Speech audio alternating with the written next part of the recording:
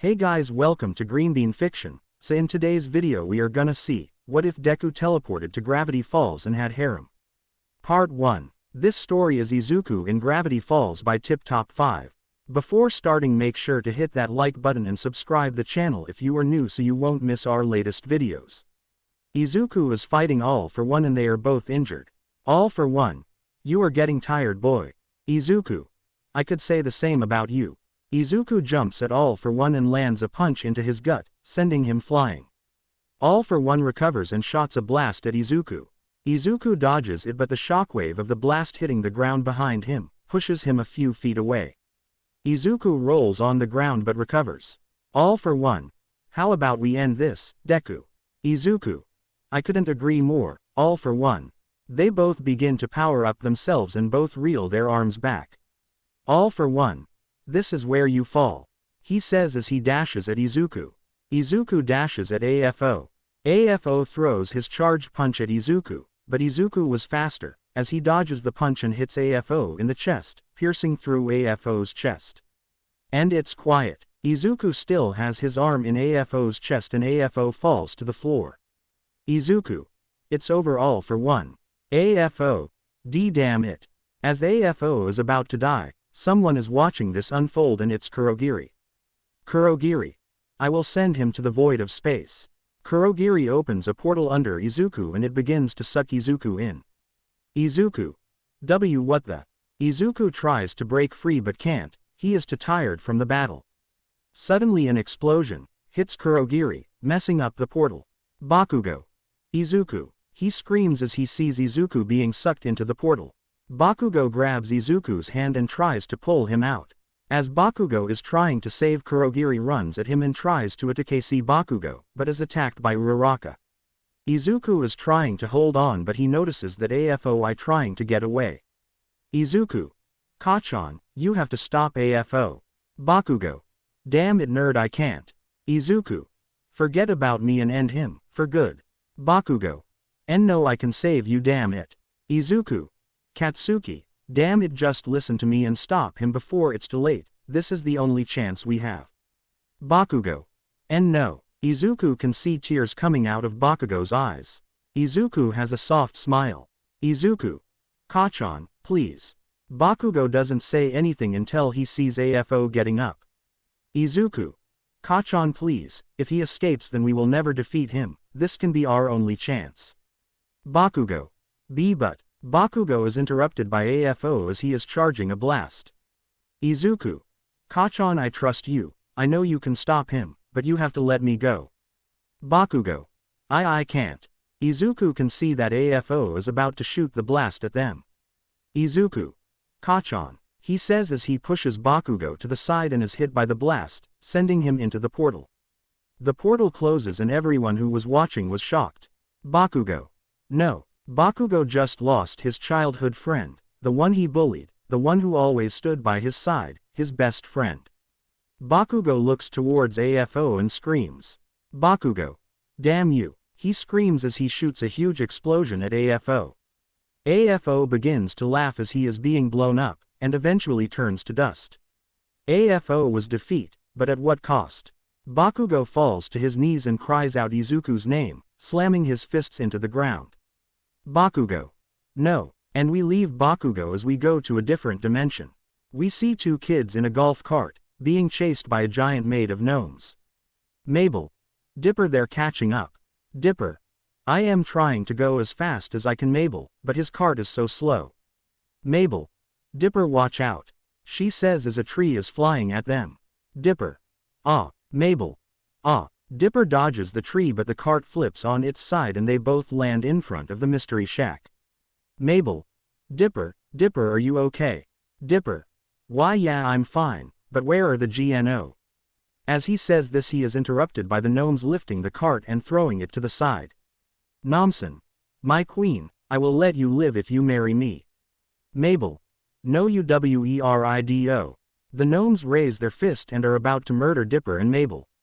That is until the two kids see a green-like meteor heading towards them. Mabel. Dipper, what is that?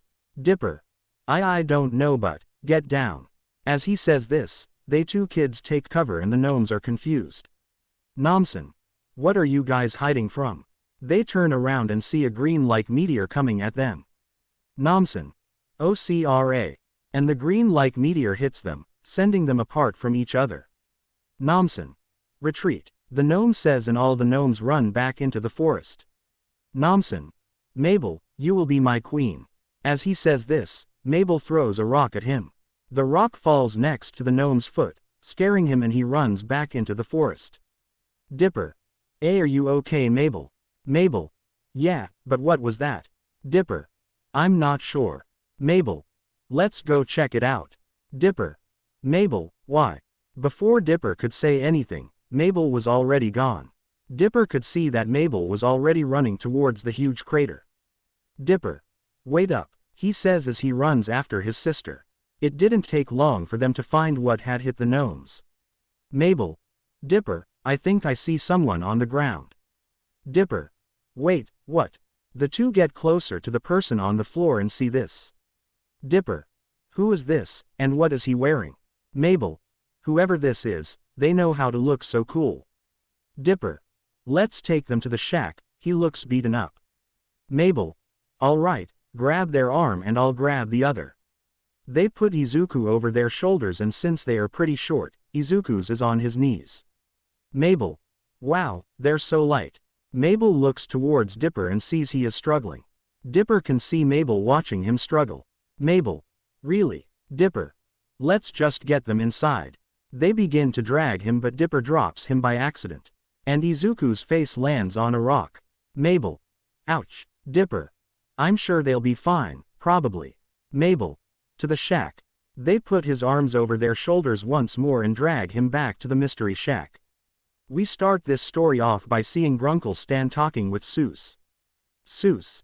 Hey Grunkle Stan, check this out. He says as he is standing a pineapple on his nose. Stan. That is a really useless talent. Hold still while I take a photo. Stan says as he takes a photo of Seuss. Stan. Perfect, some Photoshop and boom thousands of dollars. As he says this the door bursts open. Dipper. Grunkle Stan, we need help. Stan. What is it? Holy crap, what is that? Mabel. We don't know Grunkle Stan, but it's hurt. Dipper. It saved us from being attacked by gnomes. Stan. That sounds unbelievable, but I don't want to waste all day trying to hide a body. Seuss help them get it in the living room. Seuss. Yes sir, he says as he salutes to Stan and picks Izuku up and takes him to the living room. Mabel. Is it gonna be okay? Dipper. Don't worry Mabel, I'm sure they'll be fine. Stan. Alright kids, since you brought this thing here, you can take one thing from the mystery shack, for free. Mabel. Really? Stan. Yeah now hurry up before I change my mind. Dipper. Sweet. Mabel. Yay. The two twins go in different parts of the shack and look around. Dipper goes to a shelf full of hats with a maple leaf on it. Dipper then puts it on his head. He then walks to a mirror and checks himself out. Dipper. Not bad. And as he is checking himself out in the mirror, Mabel finds something she wants. Mabel. Grappling hook, she says as she shoots it in the air breaking a window. Dipper. Why would you want a grappling hook? Mabel. Because it's awesome. Dipper. I'm not sure if we'll ever need that, but you do you I guess. Mabel. Yay. The two twins walk over to Grunkle Stan. Stan. Hey kids, did you find what you were looking for? Dipper. Yeah I got this hat. Mabel. And I got a grappling hook. Stan. Nice. Suddenly Seuss barges in the store. Seuss. Guys, you will not believe this. Dipper. What is it Seuss? Seuss. I can lick my elbow check it. He says as he puts his elbow to his face and licks it. Mabel. That is so cool. Dipper. Yeah but what about that thing we brought in?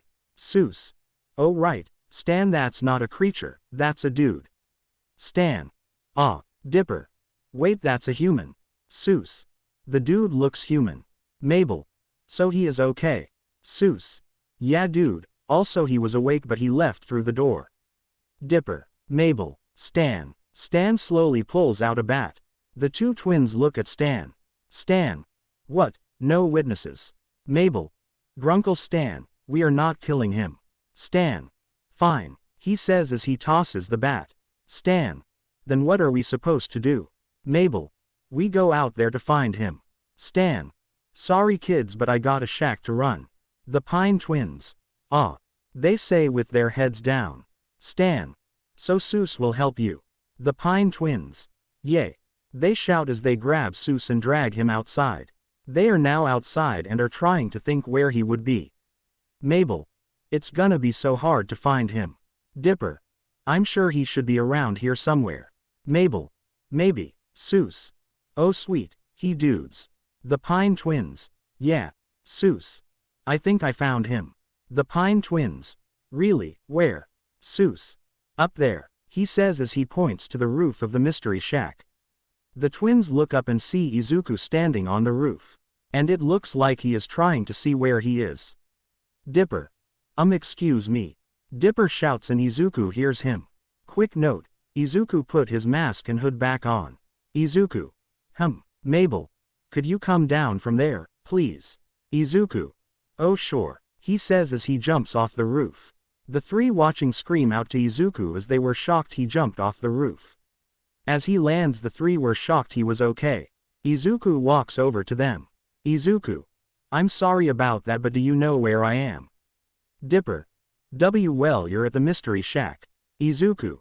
The mystery shack. Mabel. Why yeah, Izuku. I never heard of this place before. Dipper. Well, this is in Gravity Falls. Izuku. Gravity Falls. Mabel. Yeah, that's where we are right now. Izuku. Wait, if I'm in Gravity Falls, then I'm not in Japan. The Pine Twins. Japan. Seuss. Dude, that's like a continent away. Izuku. What, how did I get so far away? Dipper. Well, we saw you falling from the sky. Mabel. Yeah, and you crashed into a giant monster made of gnomes, and you saved us. Izuku. Wait, why didn't you use your quirk to defend yourself? The three look at Izuku with confusion. The Pine Twins. What's a quirk? Izuku. You don't know what a quirk is. The twins shake their head. Seuss. Is it like a superpower? Dipper. Come on Seuss, I don't think it is. Izuku. Actually yeah, it is like a superpower. Dipper. Wait, really? Izuku. Yeah, everyone has one. Well, not everyone. Mabel. Whoa, so do we have superpowers? Seuss. Let's find out. He says as they both try to use quirks, which doesn't work at all. Dipper. Guys, I'm pretty sure we don't have quirks. The two groan in disappointment. Izuku. I'm sorry, but I think you're quirkless. Dipper. Do you have a quirk? Izuku. Yeah, look, he says as he uses his black whip to prove he has a quirk. Three are shocked at this. Seuss. Whoa dude. Mabel. That is so cool. Dipper. Whoa. As he is showing them his quirk, Grunkle Stan hears the commotion and goes outside. Stan. If it's one of you, punks again, I swear all. As he is saying this, he sees Izuku who has the black whip coming out of his hand. Stan. Holy crap, what is that? Mabel. It's a quirk. Stan. What the hell is a quirk? Izuku. You guys are really shocked about this. Dipper.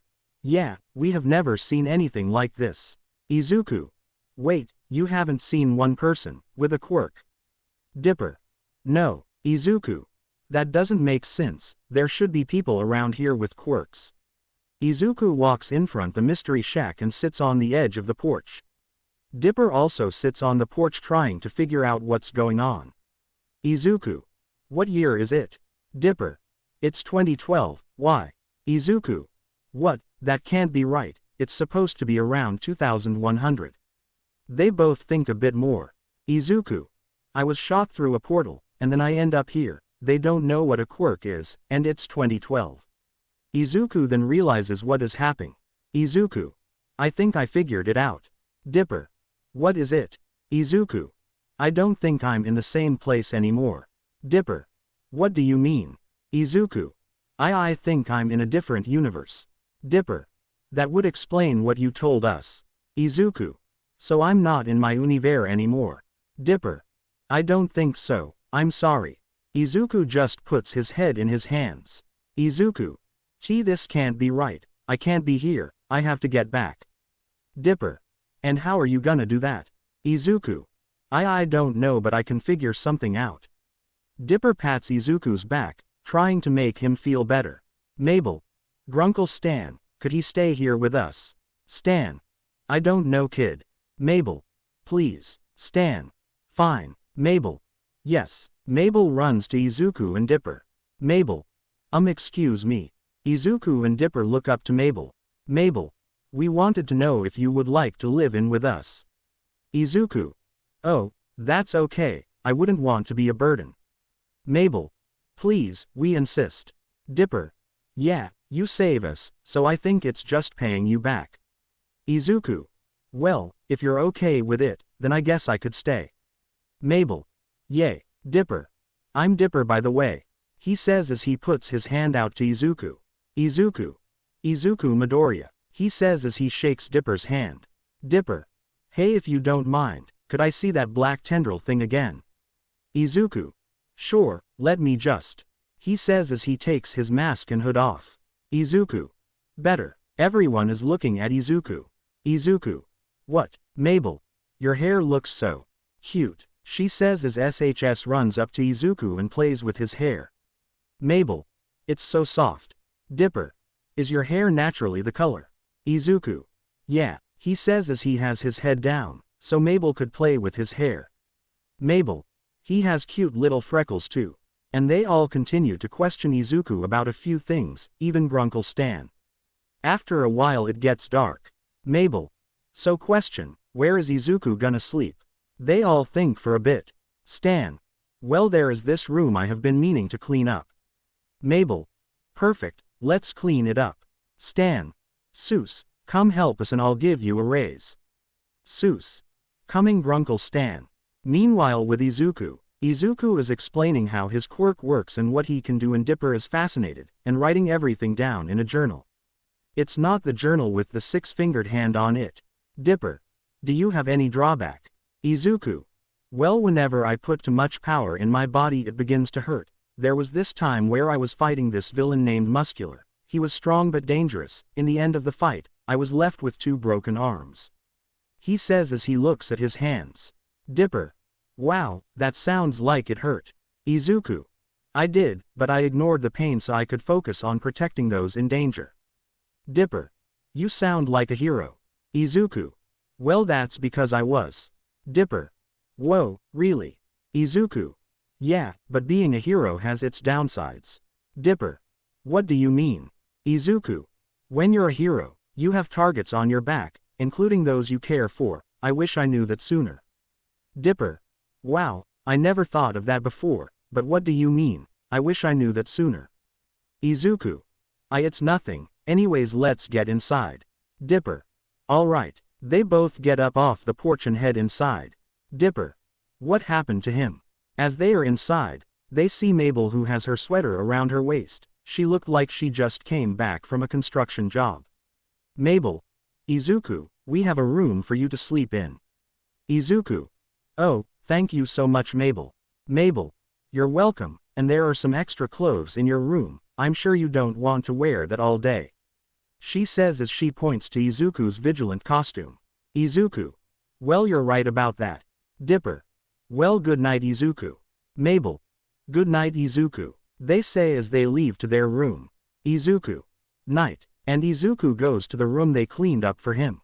He enters the room and sees that their bed on the corner of the room, a desk next to the door, a closet, and a small window. Izuku walks to the bed and flops down on it, and immediately passes out. Izuku was still in bed, sound asleep. As he was sleeping, Mabel silently went into his room. Mabel stood next to Izuku's bed and was watching him. Mabel. Hee hee, time to wake up, Izuku. She pulls out a megaphone and points it at Izuku. Mabel clears her through and puts the megaphone in front of her mouth. Mabel. Wake up, Izuku. She screams in the megaphone and Izuku screams as he falls of the bed. Mabel. Good morning, Izuku. Izuku. Mabel. Izuku. She taps Izuku and he doesn't respond. Mabel. Izuku. She shakes him and he yet again doesn't respond. Mabel. Oh no, I killed Izuku. She freaks out. Izuku. I am okay. Mabel. Oh thank God, why didn't you say anything? Izuku. To scare you. He says with a smug on his face. Mabel. Well it worked. Izuku laughs to himself and Mabel eventually starts to laugh with him. After laughing for a bit, Mabel and Izuku stop laughing. Mabel. Anyways, Grunkle Stan wants to talk to you. Izuku. Alright, let me just change real quick. Mabel. Okay, she says as she runs out of Izuku's room. Izuku. Okay, now what did they give me? He goes to the neatly folded stack of clothes. He picks them up and checks it out. Izuku. I think this will fit. He starts to change and after a while, he finishes dressing up. He walks to a nearby mirror. Izuku. Comfortable and nice. Izuku. Well I shouldn't keep Stan waiting. He says as he leaves his room. After a bit of walking he enters the shop. Izuku sees Dipper playing around at Mabel, Stan counting money, and Seuss, well being Seuss. Izuku. Morning everyone. Dipper. Morning Izuku. Seuss. Morning dude. Stan. Morning kid. Mabel. Morning broccoli boy. Izuku. Broccoli boy. Mabel. Yeah, your head looks like a broccoli. Izuku. Huh, I never thought of that. Mabel. I now dub you, Izuku, the broccoli boy. Izuku. Hee hee, alright then. Stan. Hey kid I gotta talk to ya. Izuku. Oh, what is it Grunkle Stan? Stan. Well, since you'll be living here, I'll need your help running the shop. Izuku. Oh I would love to help. Stan. Great, you're gonna be showing people what we got here. Izuku. So like a tour guide. Stan. Exactly. Izuku. I won't let you down sir. Stan.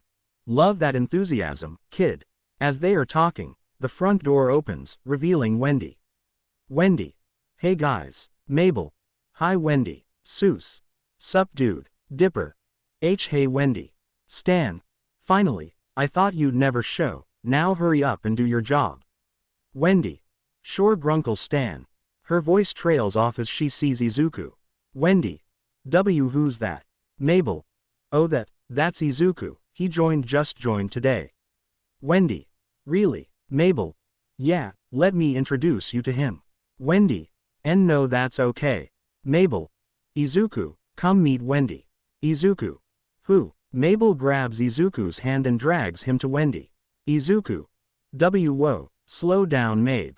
His voice trails off as he sees Wendy. Izuku is taken by her beauty, her orange hair, her freckles on her cheeks, he thinks she looks beautiful. And now that Wendy has a better view of Izuku, she is blushing, she can see his green, fluffy hair, his freckles on each cheek and his emerald-like eyes, she thinks he looks cute. Izuku. Hi, I'm Izuku M. Midoriya. Wendy calms herself down and introduces herself. Wendy. You can call me Wendy. Izuku. It's nice to meet you. He says as he forwards his hand to Wendy. Wendy. It's nice to meet you too. As this is happening, Dipper is watching. Dipper. How did Izuku get her to blush like that? Mabel is watching Dipper. She can tell he is jealous but doesn't know why. She then looks where Dipper is staring and sees Wendy and Izuku talking to each other. She could tell Izuku has a blush, but what surprised her the most was that Wendy was blushing too. Mabel. No way. She then pulls out her journal of ships. She then flips pages and lands on Wendy. She then adds writes, Izuku x Wendy, and closes the book as she is squealing with delight. Mabel. New ship, Izuku and Wendy. Huh. Mabel. And nothing, just ignore me. She says as she runs out of the shop. Izuku.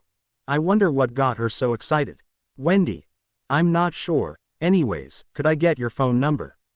Izuku. Oh sure. He reaches into his pocket and realizes he doesn't have a phone anymore, cause it broke in the crash landing. Izuku. I forgot I broke my phone. Wendy. How? Izuku. I fell on it. Wendy. Dang dude, that must suck. Izuku. Why yeah, Wendy. How about we go get you a new phone tomorrow? Izuku. Sure, I would love to. Wendy. Sweet. And they both continue to talk to each other, while Dipper is watching them from the clothes rack. Dipper. How did he get this close to her already? Seuss. I was thinking the same thing dude. Dipper. Aw Seuss, don't scare me like that. Seuss. Sorry dude, it seems my ninja skills are stronger than I thought. Stan. Seuss, get over here, I need your help. Seuss. Coming Grunkle Stan. Seuss leaves Dipper and Dipper goes back into the rack of clothes. What he doesn't know is that Izuku and Wendy were standing in front of him. Izuku. Dipper, what are you doing? Wendy. Yeah dude, I'm kinda confused here too. Dipper. Oh, I was just He looks around trying to think of an excuse. Dipper. I was looking for a nickel I dropped. Suddenly Stan rushed to Dipper and tackles the clothes rack. Stan. Mine, I saw it first. Dipper. Mabel help me. Izuku. Grunkle Stan, no.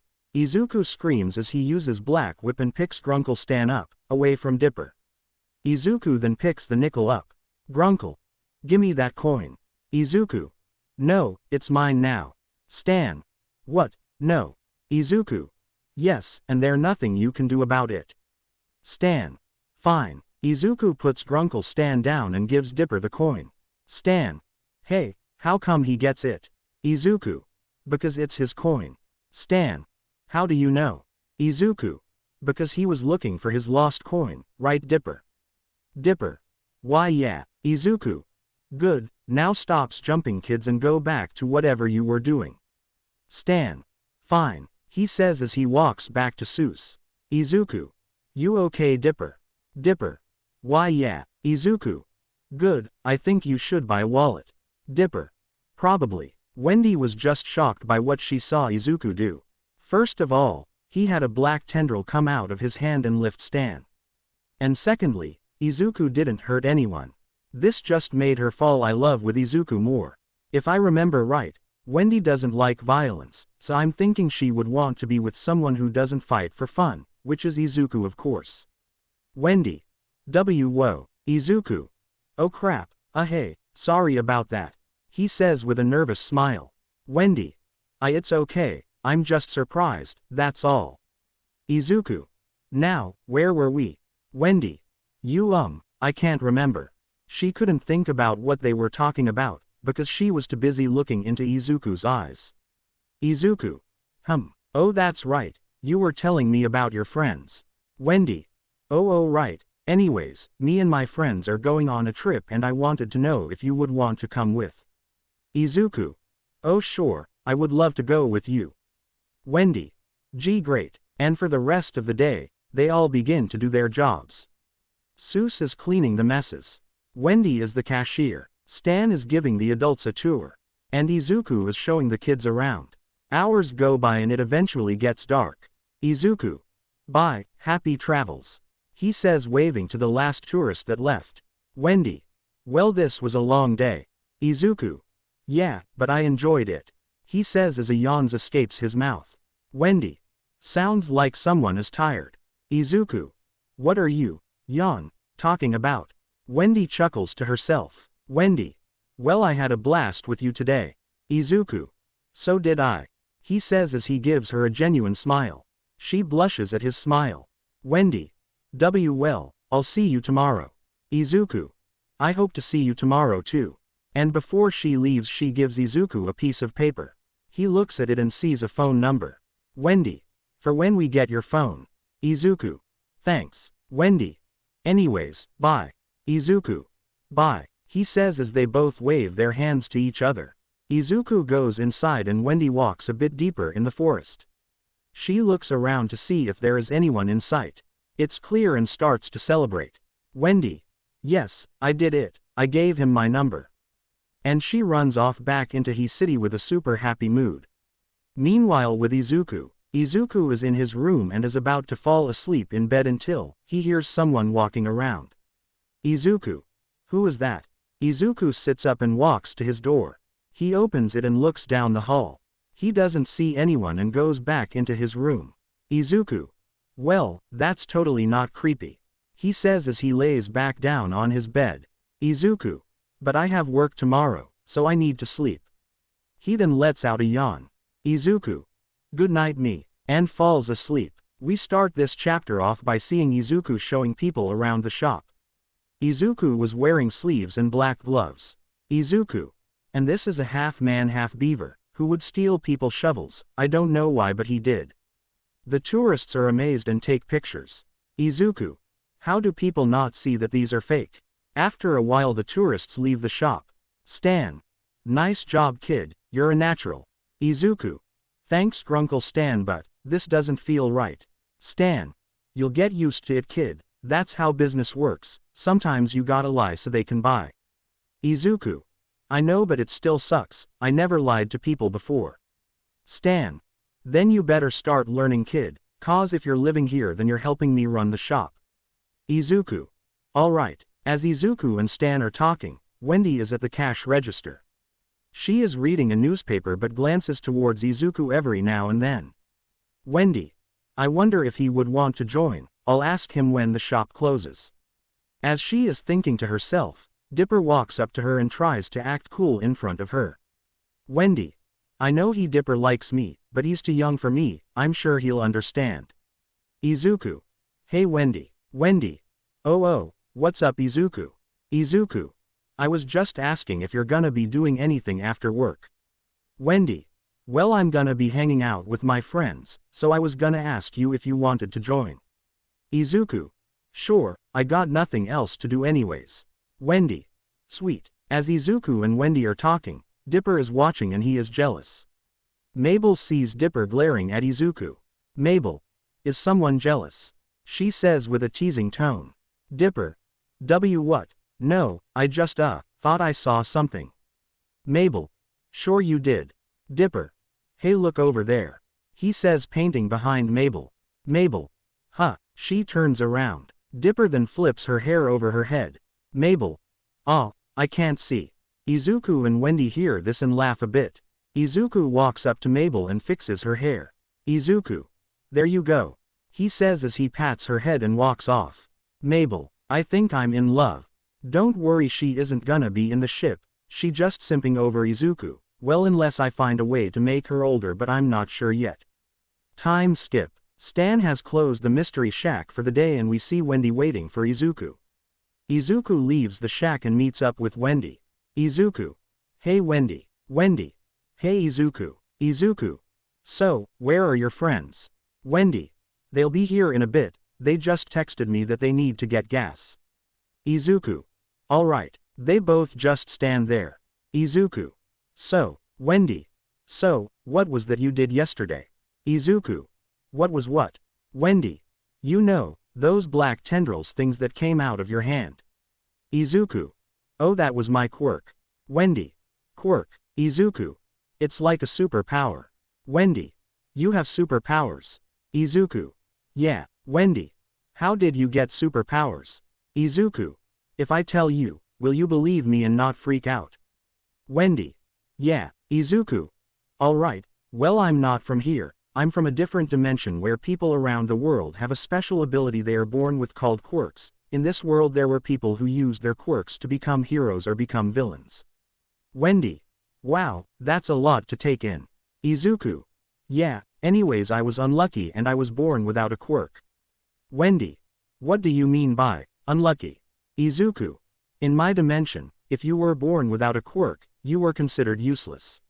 Wendy. That must have been hard for you. Izuku. It was, but during my high school years, the #1 hero, All Might who gave me his quirk, and from then on I became a hero in training doing what I've always wanted to do, to save people with a smile. Wendy. Wow, you must have been a great hero. Izuku. Yeah, I was. He says as he looks down. Wendy. Did something happen? Izuku. Nah, it's nothing, I just miss my home. Wendy. I'm sorry, Izuku. It's okay, it's not like it's your fault I'm here, but I'm not complaining. Wendy. But don't you miss the people that care about you? Izuku. I would if there was anyone who did care, the only one who did was my childhood friend Kachan. After I became a vigilante, they saw me as a villain and hated me for it, but there was also this little girl named Eri. Her quirk allows her to rewind whatever she touched to its previous state, she even had this cute little horn on her head. Wendy. Ah, she sounds cute. Izuku. Yeah, I met her after me and other heroes saved her from a villain named Shisaki, he was using her blood to make the bullets that were able to erase our quirks. Wendy. That sounds horrible. Izuku. It was, we lost a great hero to during the battle, and Chisaki was dangerous. I had Eri with me and he was attacking me, and whenever I used too much power in my quirk, it hurts my body and can even break my bones. Wendy. Wow, Izuku. But thanks to Eri's power I was able to use as much power as I could. Every time I used it she would rewind body so that it would rewind before my bones broke. Wendy. That must have hurt. Izuku.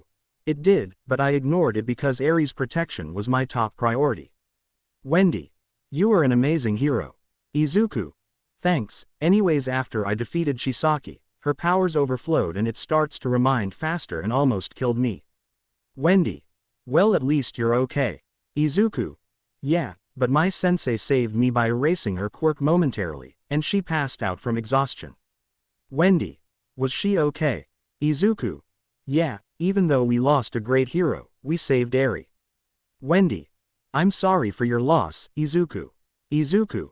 It's okay, we were able to talk to him one last time and he didn't regret being there to save her. Wendy. He was an amazing hero. Izuku. Better than amazing, fantastic. Wendy. So what happens with Eri? Izuku. Well, when I went to visit her to see how she was doing, she called me Papa. Wendy. She called you Papa. Izuku. Yeah, she thought of me as her dad. Wendy. What did you do after? Izuku. Well, I was okay with it, so I became her papa. Wendy. Aw, that's so sweet. Izuku. Yeah, and I miss her. Wendy. You lost so much, it must be horrible. Izuku. Yeah, but I can't sit here and be sad forever. The past is the past. I won't forget the adventures I had, they will always be in my memories, and besides I'm kinda glad to be here. Wendy. What do you mean? Izuku. Well, even though Miss Eri and Kachan, if I wasn't sent here, I wouldn't have met you. Wendy. Oh, she says, blushing. Izuku realizes what he said and blushes too. Izuku. And the others too. Wendy. Why, yeah, of course. And after that a minivan pulls up in front of them. Izuku. Is this them? Wendy. Yeah, hey guys. Robbie. Hey Wendy. Lee and Nate. Yo, what's up Wendy? Tambri. Hey, she says as she is on her phone. Wendy. So we have a new guy joining us today, meet Izuku. Izuku. Hello, Lee. What's up man? Nate. Whoa, is your hair naturally green? Izuku. Yeah, Nate and Lee. I love this guy already. They say as they put their arm over Izuku's shoulders. Wendy. I love him too. Izuku. Wendy. I mean I already know he is cool. Wendy. Nice save Wendy. Robbie. The FK. Tambri. Tambri looks up from her phone and sees Izuku. As she sees Izuku and is at awe. She is blushing and her phone slips out of her hands.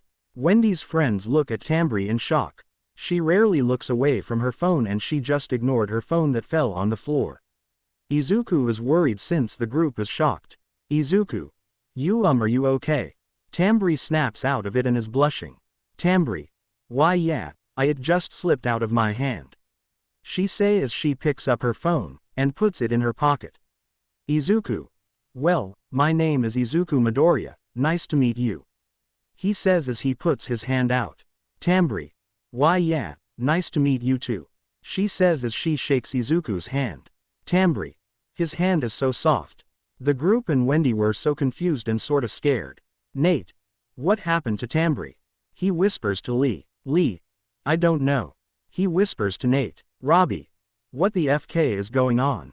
Thompson. She never puts her phone down, is that even Tambri? Wendy. Since when did Tambri act so nice? Wendy. Anyways, these are my friends Izuku. Tambri. My name's Tambri. Nate. I'm Nate. Lee. I'm Lee, the funny one. Smiley face. Nate. Nah, I'm the funny one. Lee. No, the only thing that's funny is that hairline of yours. Nate and Lee laugh at that and so does Izuku. Wendy and Tambri blush as they hear Izuku's laugh. Wendy and Tambri. Cute. Thompson. And I'm Thompson. Izuku. Nice to meet you Thompson. He says as he shakes Thompson's hand. Wendy. And that's Robbie. Robbie. Tisk. Wendy. He doesn't talk much. Izuku. It's nice to meet you all, I hope we become great friends. Tambri. Yeah, Nate. Same bro. Lee. Yeah, we're gonna be best friends. Thompson. Awesome. Robbie. Whatever. Wendy. Alright then, let's get going. The group except Robbie. Yeah. As they are about to leave, Dipper and Mabel come by. Dipper. Hey Wendy. Mabel. Hey Izuku. Izuku. Oh, hi guys. Dipper. We were just walking by, what are you doing? Wendy. We're going to a haunted store. Dipper. Sweet, can we come? Robbie. Sorry Pipsqueak, but we can't bring babies with you. Izuku. Of course you can come. Robbie. What, Izuku? I mean there are 6 teens including me, and 2 kids, so I'm sure 7 of us can watch you too. Tambri. I don't see why not. Wendy. Sure. Nate. Sure, I always wanted to know what it was like to babysit. Lee. We're gonna be awesome babysitters. Tambri. If Izuku's okay with it, they can come. Robbie. Fine, but I'm not gonna help watch them. Izuku. Izuku, that's alright, I'm sure we can handle 2 kids without you. Robbie. Did he just say they don't need me? Mabel. Yay, let's go. She says as they all get in. Izuku. I call shotgun. Robbie. Nope, sorry, I get shotgun, only the cool guys can sit in the front seat. Izuku. Then I guess I'm cool. Robbie. Huh. Robbie was too busy talking about sitting in his front seat to realize that Izuku already sat in the front seat next to Wendy. Nate. Haha, he beat him to it. Lee. Ha ha ha. Wendy. Yes. Tambri is trying not to laugh. Robbie. Whatever, he says as he glares at Izuku and gets in the van. Dipper. Hey Izuku. Izuku. Yes Dipper. Dipper. Can I sit in the front? Izuku. Sure, you cool enough for the front seat. He says as he gets out and Dipper sits in front. Wendy. No, come back Izuku. Izuku sits in the back with Tambri and Mabel. Tambri. Yes, Mabel. Sweet, Mabel. So Izuku, while we're driving, can you tell us one of your stories when you were a hero? The group. Hero. Izuku. I'm not sure anyone would want to hear it, besides I don't think they believe I'm a hero. Lee. If you can prove you're a hero, then I wanna hear your story. Nate. Yeah, Robbie. Yeah right, it's not like he has superpowers. Dipper. Come on Izuku, show them. Tambri. What is he gonna show us? Izuku. Alright then. Wendy. Oh, you guys are in for a surprise. Izuku then uses Black Whip and moves it around thought the van. The group is amazed by this, but Robbie is just freaked out by this. Tambri. Can we touch it? Izuku. Sure. They touch it and it's something they never felt before. Tambri. It feels so weird. Nate. Can you make shapes with it? Lee. Yeah, make a bat. Izuku. I could try. Izuku's black wile then makes itself smaller and breaks into a bunch of small whips, and it forms a bat. Izuku moves it around and the group is amazed. Lee. That's sick. Nate. Make a butterfly. Robbie. Really, a butterfly? Nate. What's wrong with a butterfly? Robbie. Butterflies are girly. Nate was upset and just looked down. Izuku. Hey, there's nothing wrong with liking butterflies. He says as he makes a butterfly with his black whip. Everyone sees the butterfly fly around and Nate is amazed by it. Tambri takes a picture with her phone. Nate. Could you send that to me? Tambri. Sure. Mabel. Make a unicorn. Izuku makes a small unicorn and it moves around Mabel's head. They all ask him to make things but then notices Izuku is struggling. Tambri. Izuku, you can stop now. The black whip retracts back into Izuku's hand. Izuku sits back and is breathing heavily. Wendy. Are you okay Izuku? Izuku. Yeah, I'm fine, I just never used that many whips before. Dipper was writing stuff in his Izuku journal. Wendy. What's that Dipper? Dipper. Oh, it's my journal about what Izuku can do. Wendy. Does he know about it? Dipper. Yeah, he even helped me with things I was confused about. Wendy. That's sweet of him. Mabel. Do you believe us now? The group. Yeah, Izuku. See cool. Mabel. Can you tell us one of your stories, please? Izuku. Sure, while we are going there. Wendy. Oh right, I forgot, we haven't even left yet. She says as she starts the van and they drive off. Izuku. Okay, now that we are moving, this was the time I had to fight a villain named Muscular, it's also how I got these scars. He says as he takes off his gloves and rolls up his sleeves. Wendy. I always did wonder how you got those. Tambri. Whoa, she says as she touches them. Tambri. Does it hurt? Izuku. No, all I feel is your gentle hand. Tambri. Oh, Nate. Dang, those look sick. Lee. What happened? Izuku. Okay, so what happened was. Izuku. And that's how I beat Muscular. The group is just shocked by Izuku's fight. Lee. Dang dude, that must have been a hard fight. Izuku. It almost killed me, but it was worth it to save Kota. Wendy. You're a really nice guy, Izuku. Izuku. Thanks, Wendy. Tambri. So what happens after the fight? Izuku. Well, after the fight I met up with my sensei Aizawa, I gave him to Kota and ran off to find my friends. Mabel. That's crazy, Izuku, how did you keep going? Nate. Yeah dude, if my arms were broken, I would have just passed out on the floor. Izuku. It was probably the adrenaline, but I didn't care, I needed to know they were okay. Dipper. So what happened after? Izuku. As I was running through the forest looking for my friends, I ran into a classmate whose name I can't remember. He did talk a lot so I never got his name. Anyways, he had a quirk where he could create multiple body parts anywhere on his body. Wendy. That sounds freaky. Izuku. Yeah, I never got used to it. Mabel. What happened after? Izuku.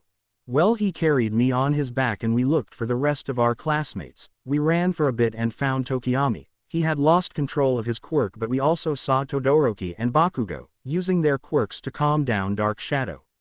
Lee. The name Dark Shadow sounds cool. Wendy. How did they calm down Dark Shadow? Izuku. They used the light from their fire and explosion to calm him down. Sunlight was Tokiyami and Dark Shadow's only weakness. Dipper is writing a bunch of things in his journal. Izuku. After they calmed him down, we were attacked by a villain, and after we defeated him, we noticed that Kachan was missing. Izuku. We looked around and found out he was captured by a villain who could turn you into a orb. He kidnapped Kachan and we ran after him. Mabel. Did you catch him? Izuku. Yeah, but when we did, another villain named Dobby caught the orb. We were gonna go after him until a girl in a school outfit got in our way. She was about to attack us until she saw me. For some reason she wanted my blood badly and I found it really weird. She then tackled me to the ground and was about to stab me until Uraraka tackled her to the ground. Tambri. Why did she want your blood? Izuku.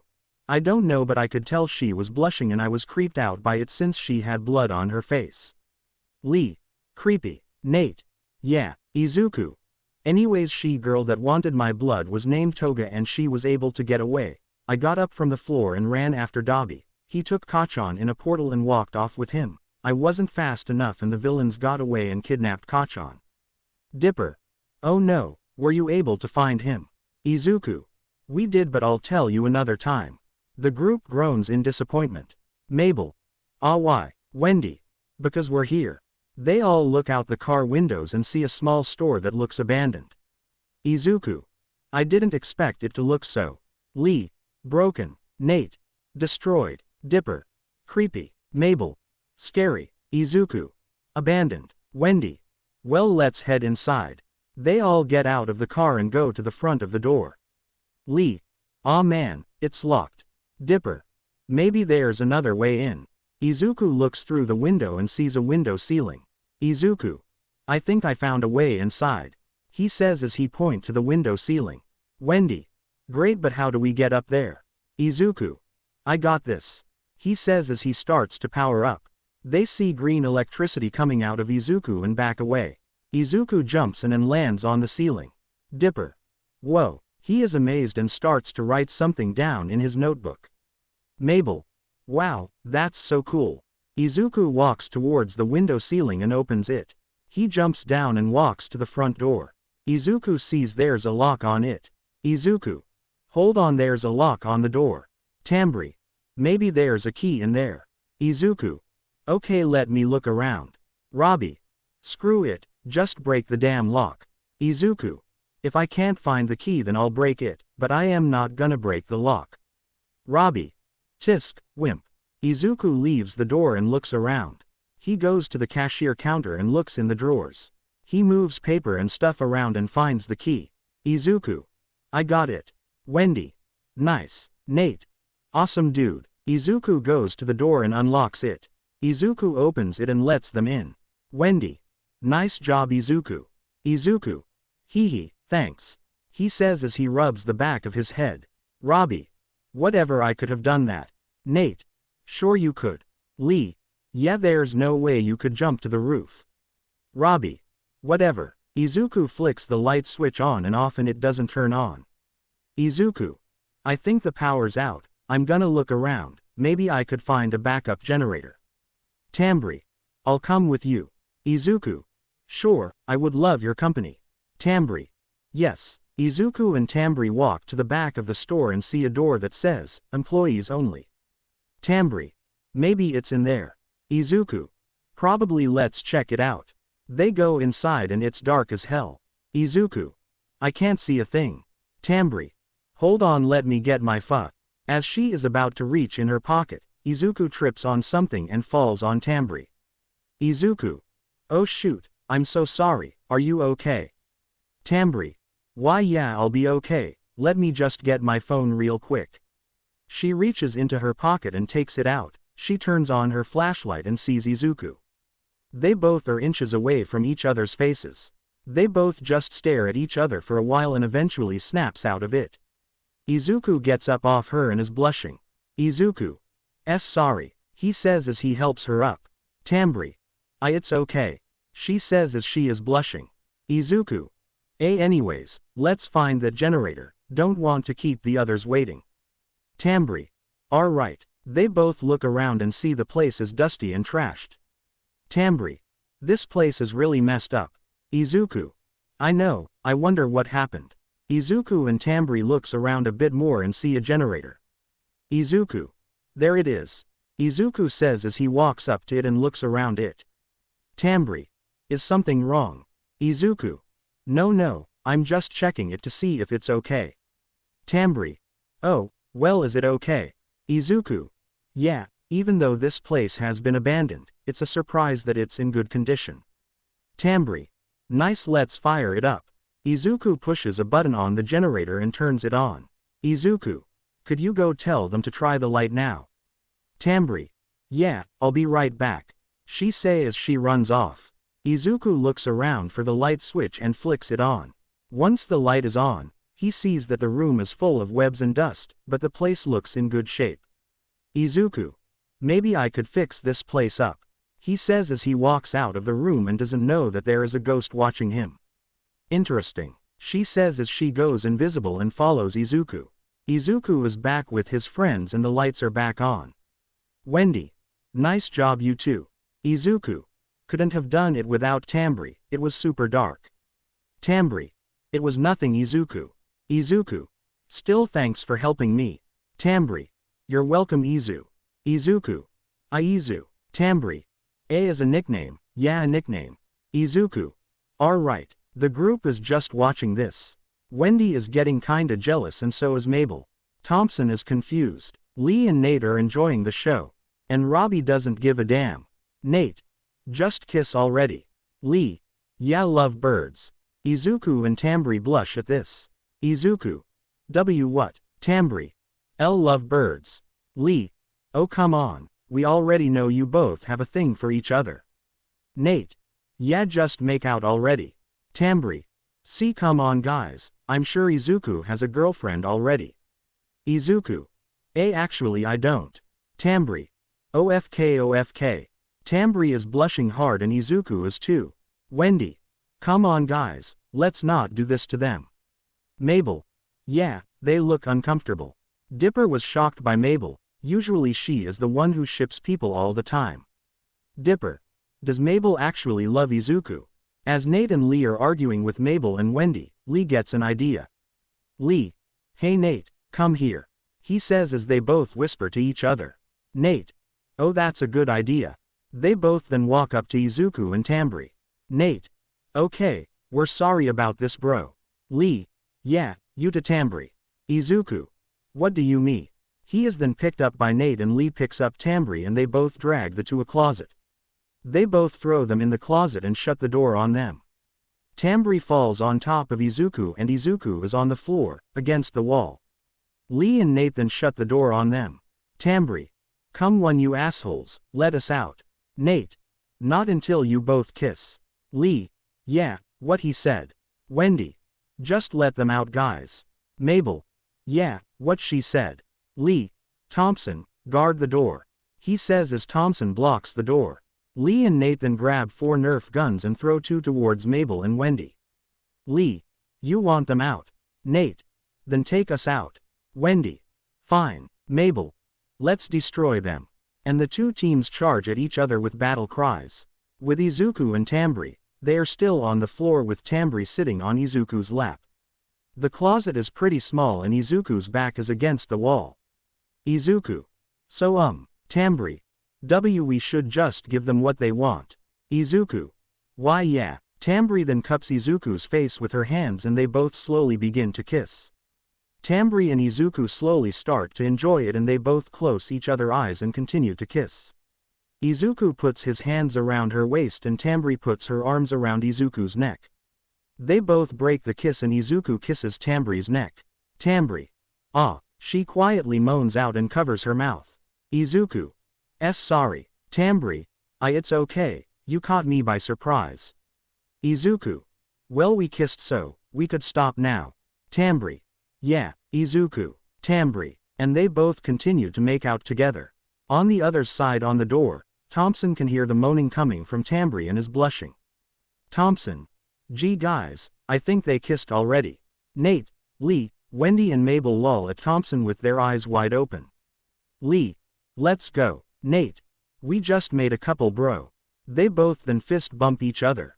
Wendy and Mabel are pissed and walk towards the closet.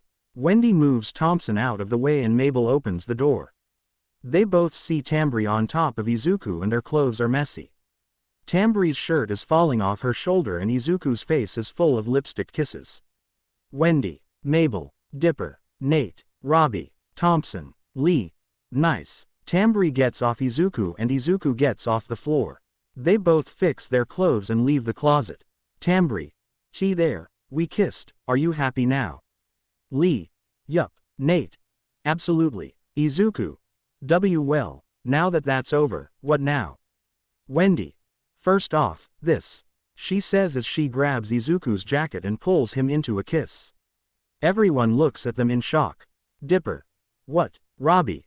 What the FK? Tambri. Whoa. Nate. Whoa, bro do see what I see. Lee. Yeah bro, a love triangle. Mabel. Oh man, he's already taken. Izuku. What is going on? Wendy breaks the kiss and lets go of Izuku. Wendy. There. Tambri. What the hell Wendy, you can't just kiss another girl's man. She says she hugs Izuku's arm. Wendy. Well I met him first. She says as she hugs his other arm. Tambri. That doesn't matter. Wendy. Whatever, I'm sure he would rather date me, right Izuku? Tambri. No way, he'll date me, right Izuku? Izuku. You Wendy. Come on Izuku you gotta pick. Tambri. Yeah, Izuku. I can. They are interrupted by the building shaking. Izuku.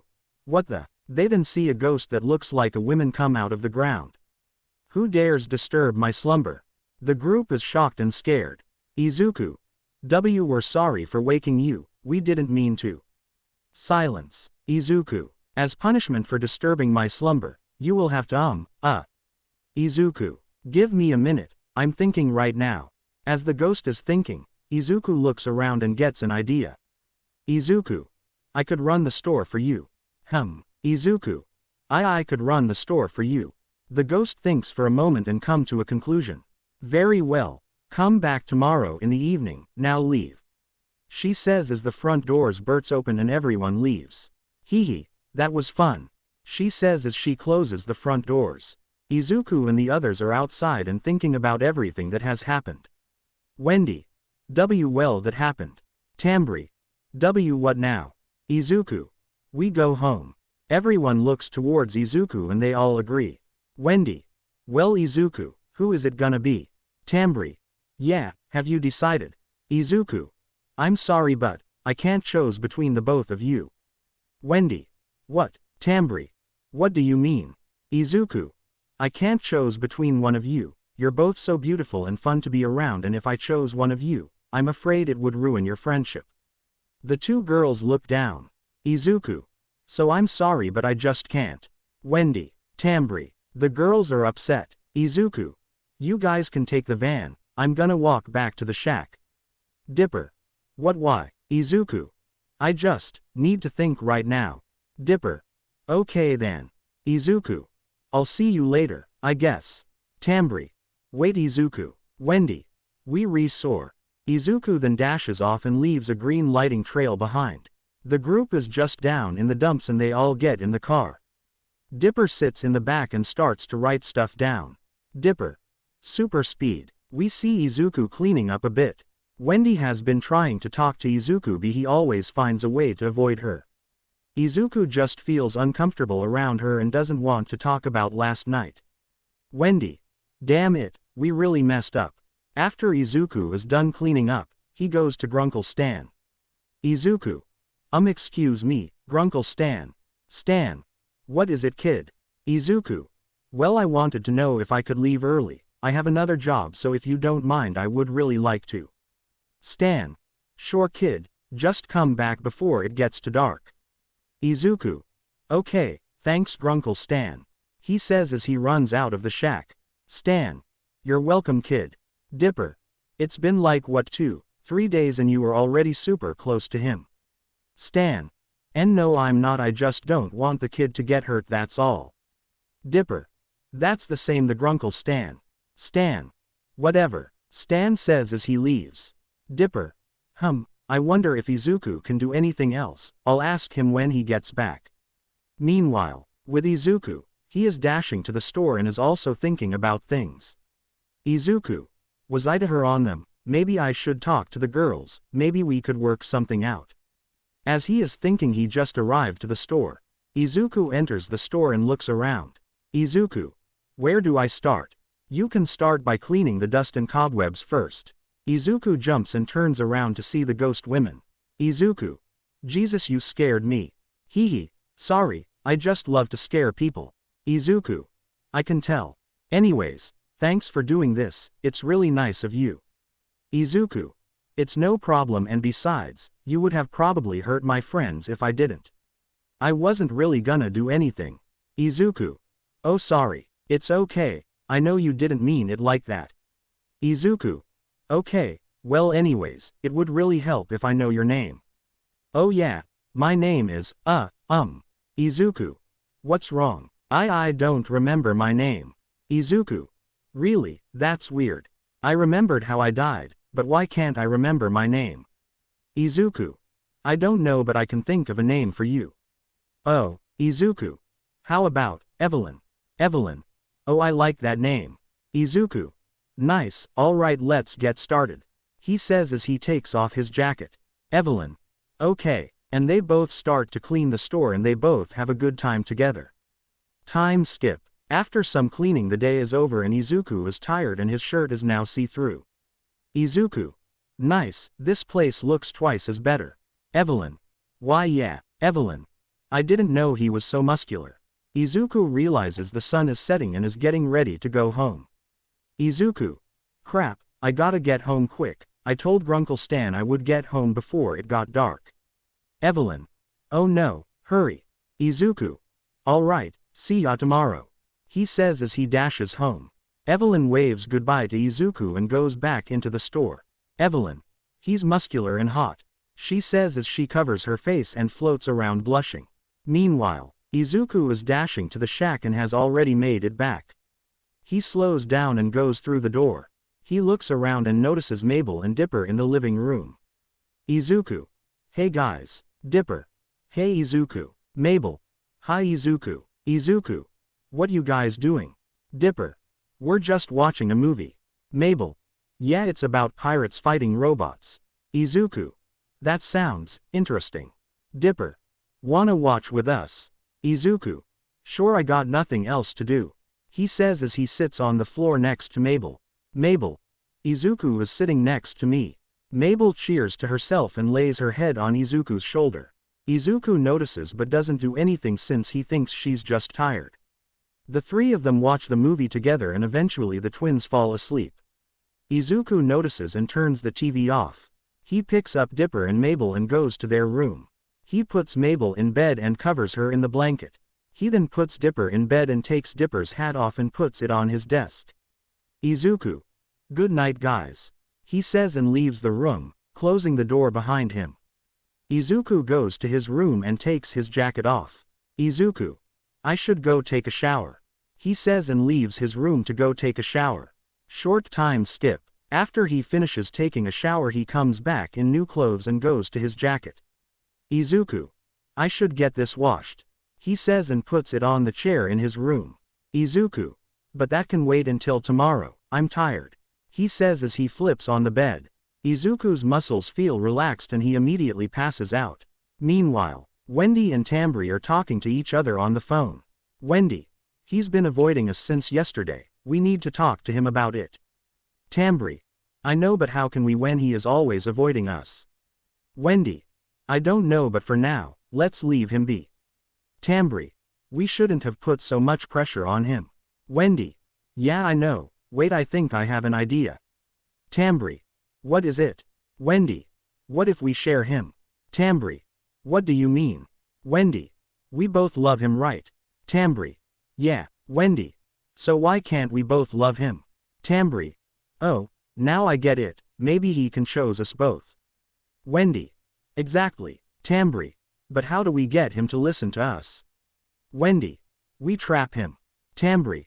What do you think we can do? It's not like we can lock him and ourselves in a room. Wendy. Or maybe we can. Tambri. I hope I don't regret this. Wendy. I'll see ya tomorrow, Tambri. Tambri. Yeah, see you soon. And they both hang up. Meanwhile, in the MHA universe the pros are interrogating Kurogiri. Aizawa. Where did you send Midoriya? Kurogiri. I don't know, when I was attacked I sent him somewhere and I don't know where. Aizawa is frustrated. Bakugo. Listen, you Misty FK, if you don't tell us where Izuku is right now, I'll blow your ass up. As he says this the door behind him and Aizawa opens revealing Najire holding Eri. Bakugo. Najire, what are you doing here? Najire. I need to know if Izuku is okay. Eri. Is Papa okay? Aizawa. We don't know, Eri, this guy won't tell us. Kurogiri. Isn't that the little girl who has the power to rewind? I'm sure Master would love to have her. As soon as Aizawa blinks, Kurogiri makes a portal under Najire and Eri, and as soon as the girls fall through, Bakugo explodes Kurogiri and knocks him out. Aizawa. No, FK. Bakugo. FK, it happened again. Bakugo stomps towards Kurogiri who is still knocked out. Bakugo. Where the FK did you take them? He says as he shakes him violently. Aizawa. Bakugo, stop, he's knocked out and we won't get answers if you kill him. Bakugo stops and lets Kurogiri go. Bakugo. They better be fine or this F-Kur is dead. Aizawa. I'm sure they'll be fine, I hope. We see Dipper and Mabel waking up in their beds. Dipper. Morning, Mabel. Mabel. Morning, Dipper. They get out of bed and almost immediately smell something amazing. Dipper. Mabel, do you smell that? Mabel. I do, it's. Mabel and Dipper. Pancakes. As they both shout pancakes, they run downstairs and into the kitchen to see Izuku making pancakes. Izuku. Oh, good morning, guy. Mabel. You're making pancake. Izuku. Yeah, would you both like some? Dipper. Of course. Mabel. Yes, please. They say as they sit down on the table. Izuku is done and gives Dipper and Mabel pancakes. Izuku gives them syrup, and as soon as the syrup was on the pancakes, they took a bit out of the pancakes. Izuku. So, what do you guys think? Dipper. Mabel. Izuku. Guys. Dipper and Mabel begin to tear up. Izuku. Was it that bad? Dipper.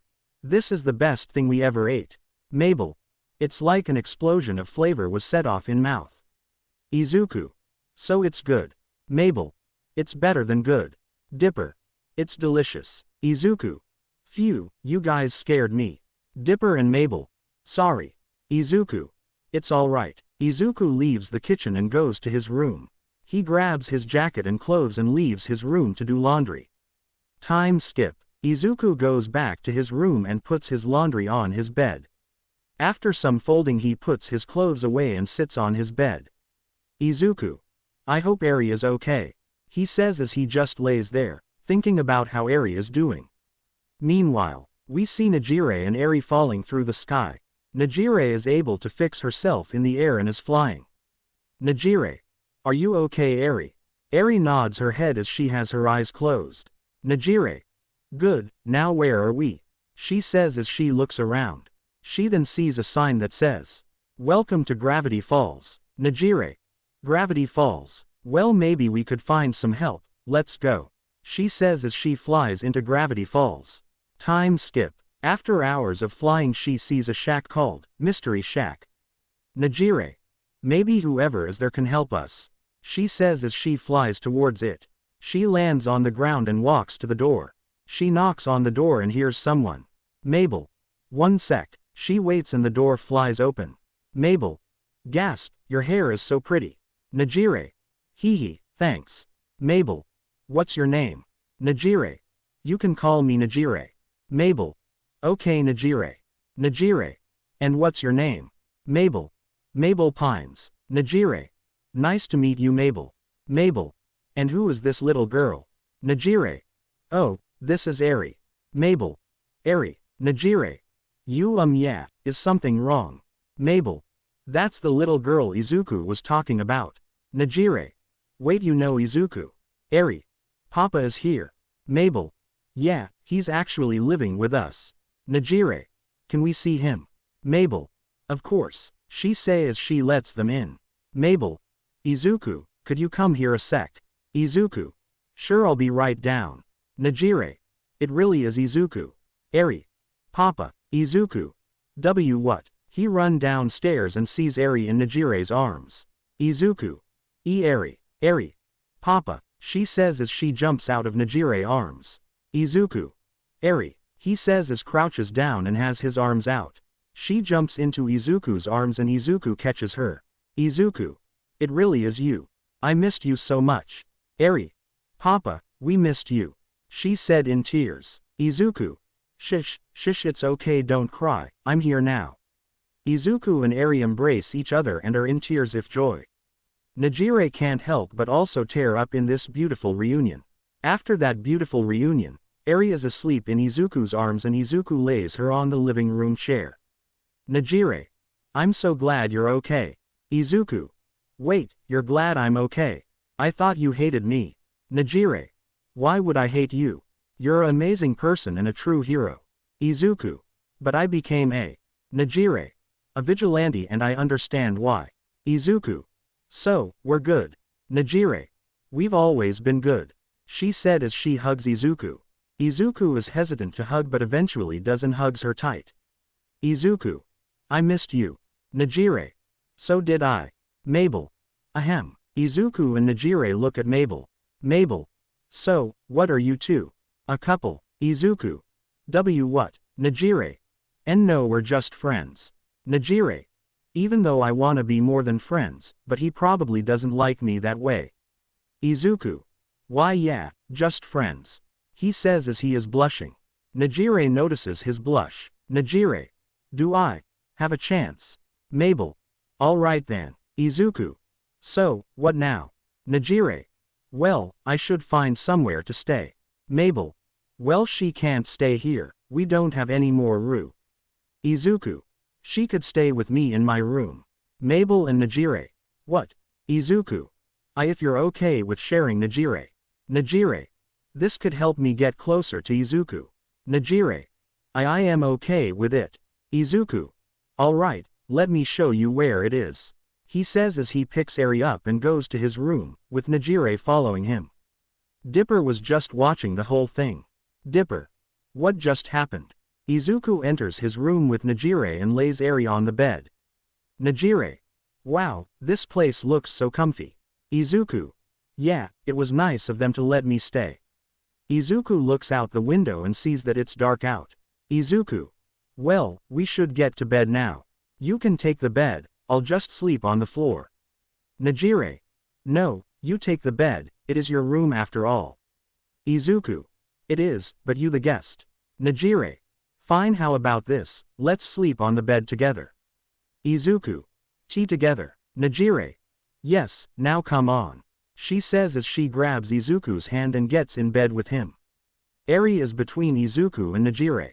Izuku is facing Eri and Najire is facing the opposite direction. Najire. This is so awkward, what do I say? Should I say something? Suddenly she feels Izuku hugging her. Najire. Izuku. She turns around and sees that he's asleep. She is blushing and turns around to cuddle with him. Najire. I hope he doesn't mind. Eri is sleeping in the middle of Izuku and Najire and the three of them are cuddling together, like a family. We see Eri waking up in the middle of Izuku and Najire. She sees Najire cuddling with her and Izuku. Eri. Papa and Ms. Najire are sleeping together. She then feels Izuku and Najire's arms around her and each other. She smiles and closes her eyes and begins to fall asleep. Eri. Is she my mama now? She thinks to herself and falls asleep smiling. Time skip. Izuku wakes up and tries to get up, only to realize that Eri is asleep on his chest while Najire is hugging him. Izuku. And Najire. He is blushing but realizes that he is also holding them both. Izuku thinks for a moment and calms down. He pets Eri's head and fixes his arm that's holding Najire. He notices the two start to smile in their sleep which makes him smile as well. Izuku. You know what, I'll just let it happen. He says as he lays back and closes his eyes. Izuku. Do I love Najire? And if I do, what do I do about Wendy and Tambri? Eri. Papa. Izuku.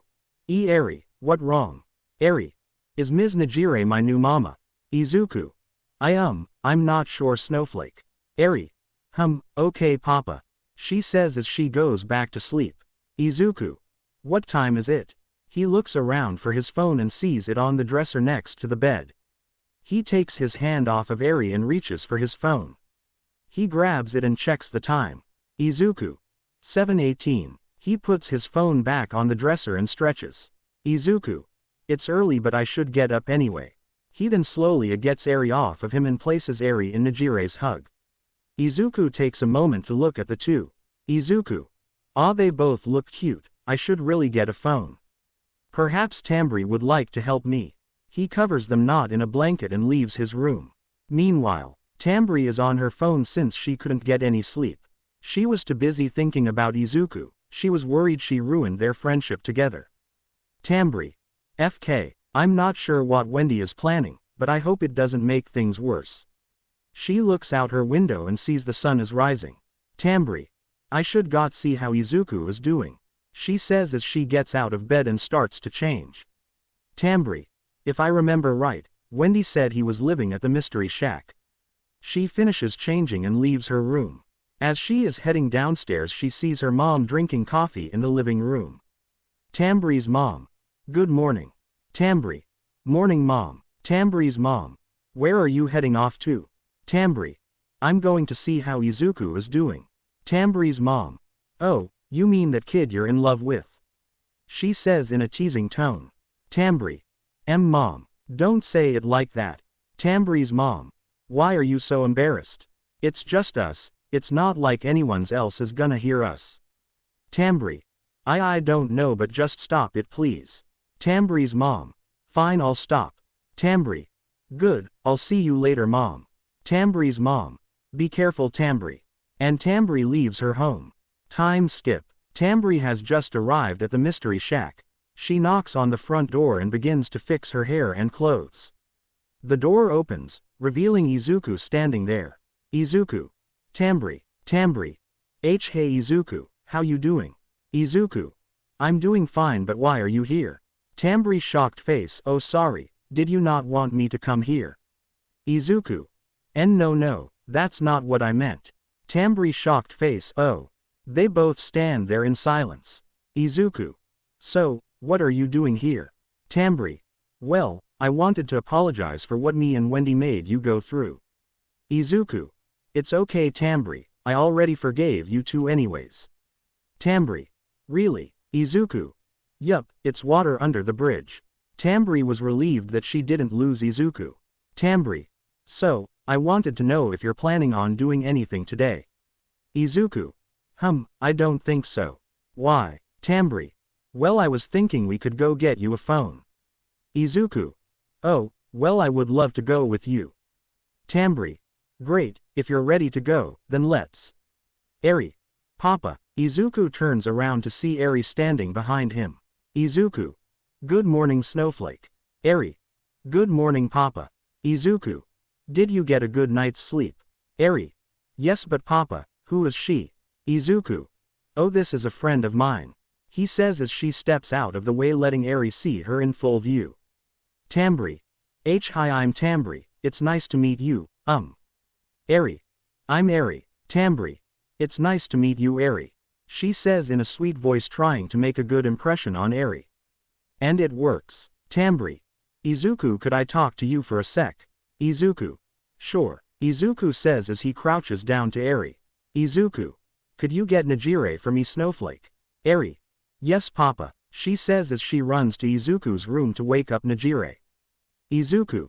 So, what did you want to tell me? He says as he turns around. Once he does, he sees Tambri's face and she looks mad. Tambri. You have a daughter. She screams silently. Izuku. Whoa, calm down and let me explain. Tambri. Who is the mother? Izuku. What? There is no mother. Tambri.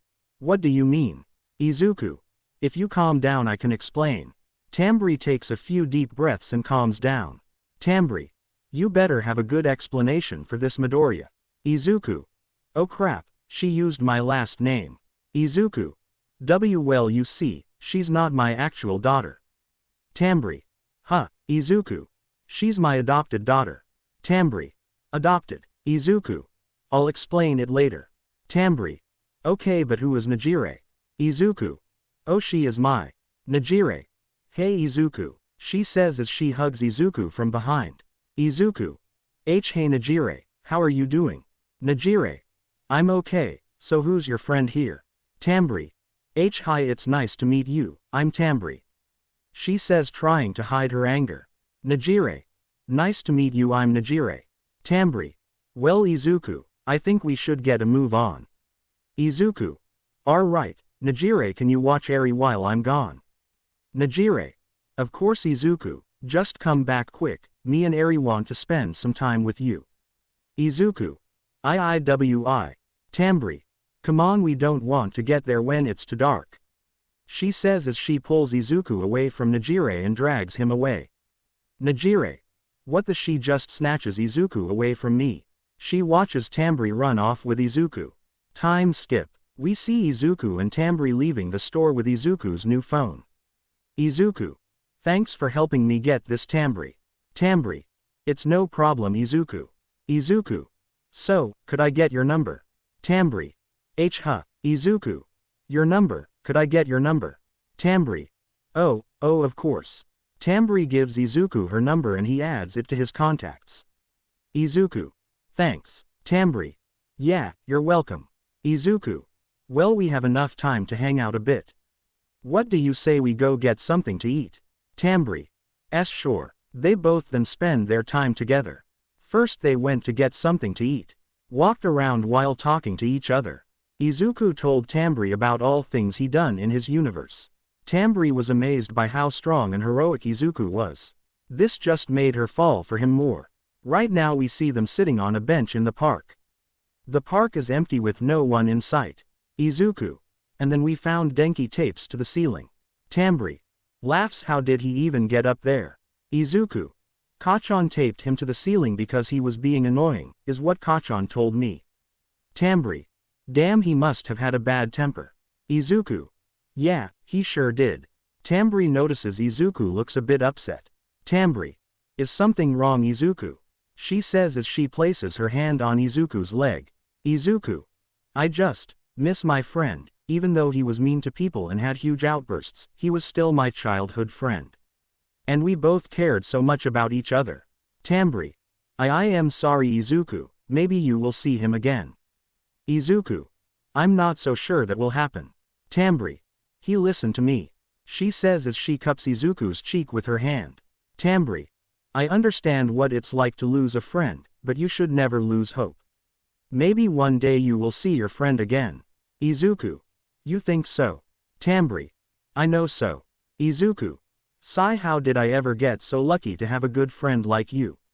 Tambri. I should be asking you that, but not as friends. She says as she moves Izuku's face facing her. Izuku. Then as what? Tambri. As lovers, she says as she kisses Izuku's lips. Izuku was about to push her away, but for some reason it felt right. Tambri closes her eyes and wraps her arms around Izuku's neck. Izuku kisses her back as she sits on Izuku. He wraps his arms around her waist and they continue to make out.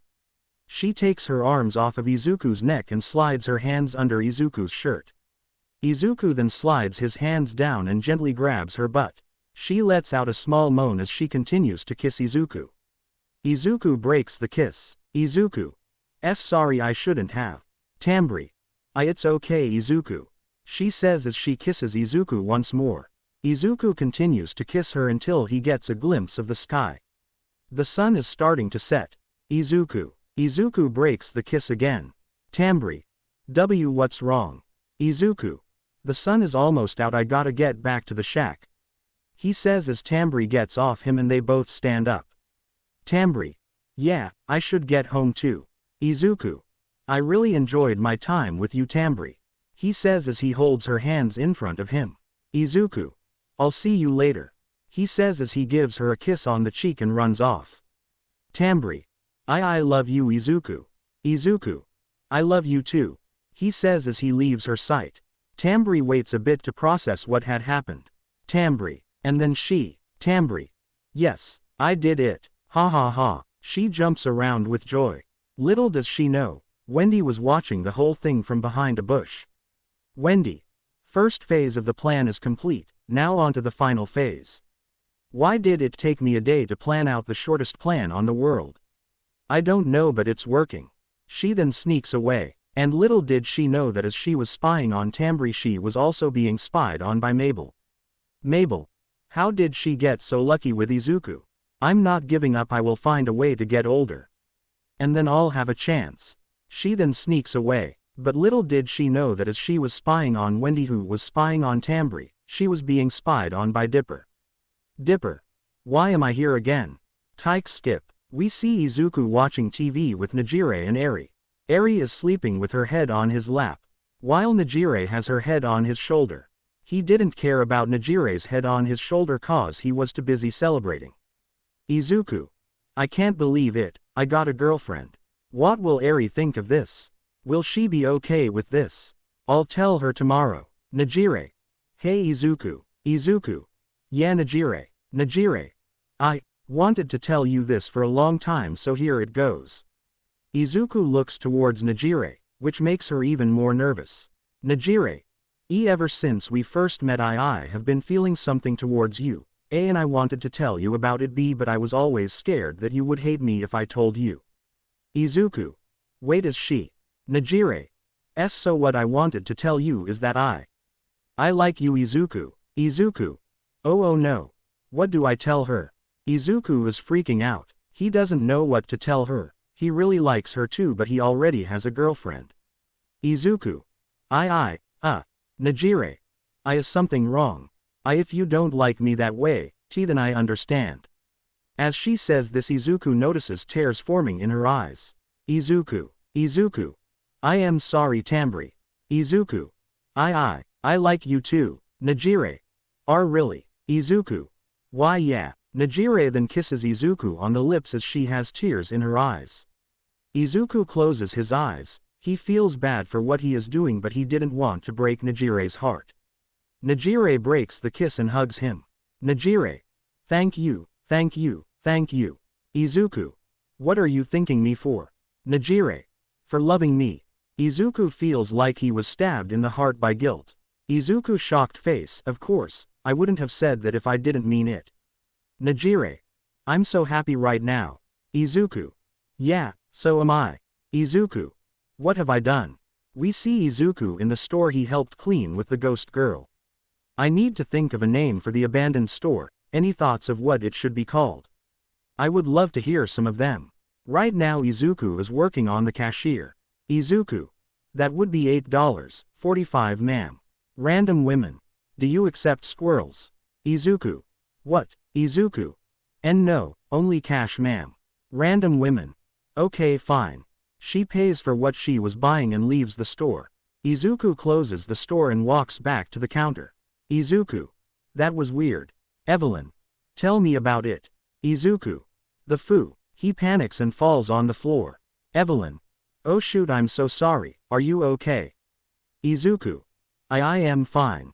Evelyn helps Izuku up and dusts him off. Evelyn. I didn't mean to scare you. I mean I did be but I also did an, She covers her face with her hands with a big blush on his face. Evelyn. This is so embarrassing. Izuku is about to say something to her until he feels his phone starts to ring. He hears the Gravity Falls theme song from his phone and answers it. Izuku. Hello, Tambri. Hey Zuzu. Izuku. Zuzu. Izuku. Hey Tambri, how are you doing? Tambri. I'm doing good, what are you doing? Izuku. I'm just working at the store for Evelyn and I gotta say, I'm starting to like it here. Evelyn. Is that Tambri girl? She says as she come from behind Izuku. Evelyn. Hi Tambri. She says as she screams into Izuku's phone. Izuku. Ow my ear. He says as he moves the phone from his ear. Evelyn then grabs his phone and runs off with it. Izuku. Evelyn stop, I just got that phone yesterday. He shouts as he chases after her. He chases her around the store and while he is Evelyn is talking to Tambri on the phone. Evelyn. Hi, I'm Evelyn. Tambri. Wait, you're that ghost girl right? Evelyn. Yup, and Izuku is here helping me out with the store. Izuku. Give me back my phone Evelyn. He says as he jumps at Evelyn. Evelyn sees Izuku jump at her and screams. Izuku smacks into her and falls on the floor with her. She drops the phone but Izuku catches it with his black whip. Izuku. Phew, thank God I was able to catch it. I wouldn't want to break another fa. As he looks down he notices the position him and Evelyn are in. They are both inches away from each other's faces. Izuku waist is pressed against hers and they are both just staring into each other's eyes. Izuku. 0-0. Evelyn. 0-0. Izuku. I am sorry. He says as he tries to push himself up. His hand slips and he falls on Evelyn. And his lips land on Evelyn's. They both blush hard as this happens. Before Izuku could get up and apologize, Evelyn hugs Izuku and wraps her legs around him. Izuku has made a new color from blushing to hard. Evelyn's eyes are heart-shaped and Izuku can see that. He looks towards his phone and noticed that the call ended. Izuku.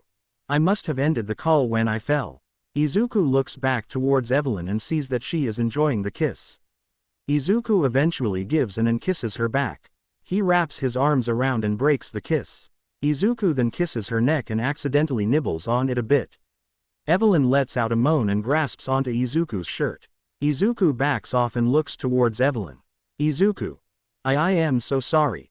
I don't know what came of me. Evelyn just stares at Izuku's eyes. She sees his emerald eyes shine in the dark as his shadow covers the front of his body. Izuku. Please forgive me.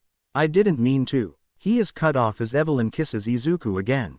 She flips him around and ends up on top of him. She breaks the kiss and slides her hand under his shirt. She can feel his muscles and she loves it. Izuku. Evelyn. He shouts as he is blushing. He could feel her cold hands move around his chest and abs. Even if they are cold, they feel soft and comfortable. Evelyn. Shish, just sit back and let me handle it. She says as she takes her hands out of his shirt and moves her hands down to his pants. Before she could do anything, Izuku grabs her hands and she looks at Izuku. He is blushing hard and has his eyes closed. Evelyn. Izuku. Izuku. I am sorry, but I can't. I'm not ready for this. Evelyn. I see. I'm sorry, she says as she gets up off of him. Izuku. I'm sorry, I didn't mean to. Evelyn. It's okay, you can go now. She says as the front doors open. Izuku. Are you sure? I could stay a beer lounge. Evelyn. No, you can go now. She says as she floats away from Izuku. Izuku. Izuku. Good job Izuku. He then leaves the store feeling bad for Evelyn. To him, he basically just rejected her. Izuku. You probably just ruined your friendship with her, you idiot. He then walks back to the shack with his head down. Meanwhile, we see Tambri who is with Wendy. Tambri. So let me get this straight, your plan is to make a harem for Izuku. Wendy. Yup, Tambri. But what if Izuku doesn't like it? Wendy. I didn't think that far ahead. Tambri. Sigh, maybe we should tell him about this, you know. Wendy. Yeah, I guess you're right. Come on, let's go to the mystery shack. Tambri. I'm right behind you. And they both head to the shack. Meanwhile, we see Evelyn who is in the employees only room. She has the lights off and is sitting on the floor hugging her knees in tears. She is crying to herself and hates herself for what she did to Izuku. Evelyn. Why did I do that to Izuku? I must have made him really uncomfortable. She says to herself as tears begin to stream down her eyes. Evelyn. He was the only friend I had, and I ruined it. Now I'm all alone again, with no one to make me smile. Evelyn. I'm sorry Izuku, please, don't leave me. She says to herself as she continues to cry to herself. As she is crying, she hears a phone ringing outside her door. She gets up and opens the door and sees Izuku's phone on the floor. Evelyn. She picks it up and sees Tambri calling. She answers it and hears Tambri's voice on the other side. Evelyn. Hi Tambri. Tambri. Evelyn. Why do you shave Izuku's phone? Evelyn. He forgot his phone when he left. Tambri. Crap, okay, can you take his phone back to him? Evelyn. Probably. Tambri. Okay, great, I'll talk to you later. See ya Evelyn. Evelyn. Yup, bye. And she hangs up. Evelyn. Sigh, okay, you can do this, just go to the shack and say you're sorry. She says as she goes out of the store. Evelyn. Even if he doesn't like you back, you can still be his friend. Right. And she flies over to the shack, thinking about what to say when she gets there. Meanwhile, Izuku and Eri are drawing pictures together in Izuku's room. Eri. Papa, look what I made. Izuku looks up from his drawing and looks at Eri's. Eri drew him, Eri and the other girls he has met together, holding hands. Izuku. You Eri, how do you know them? Eri. Well, Dipper told me about them, he said they all like you. Izuku. Why you don't say? Eri. Yeah, he said you love them too.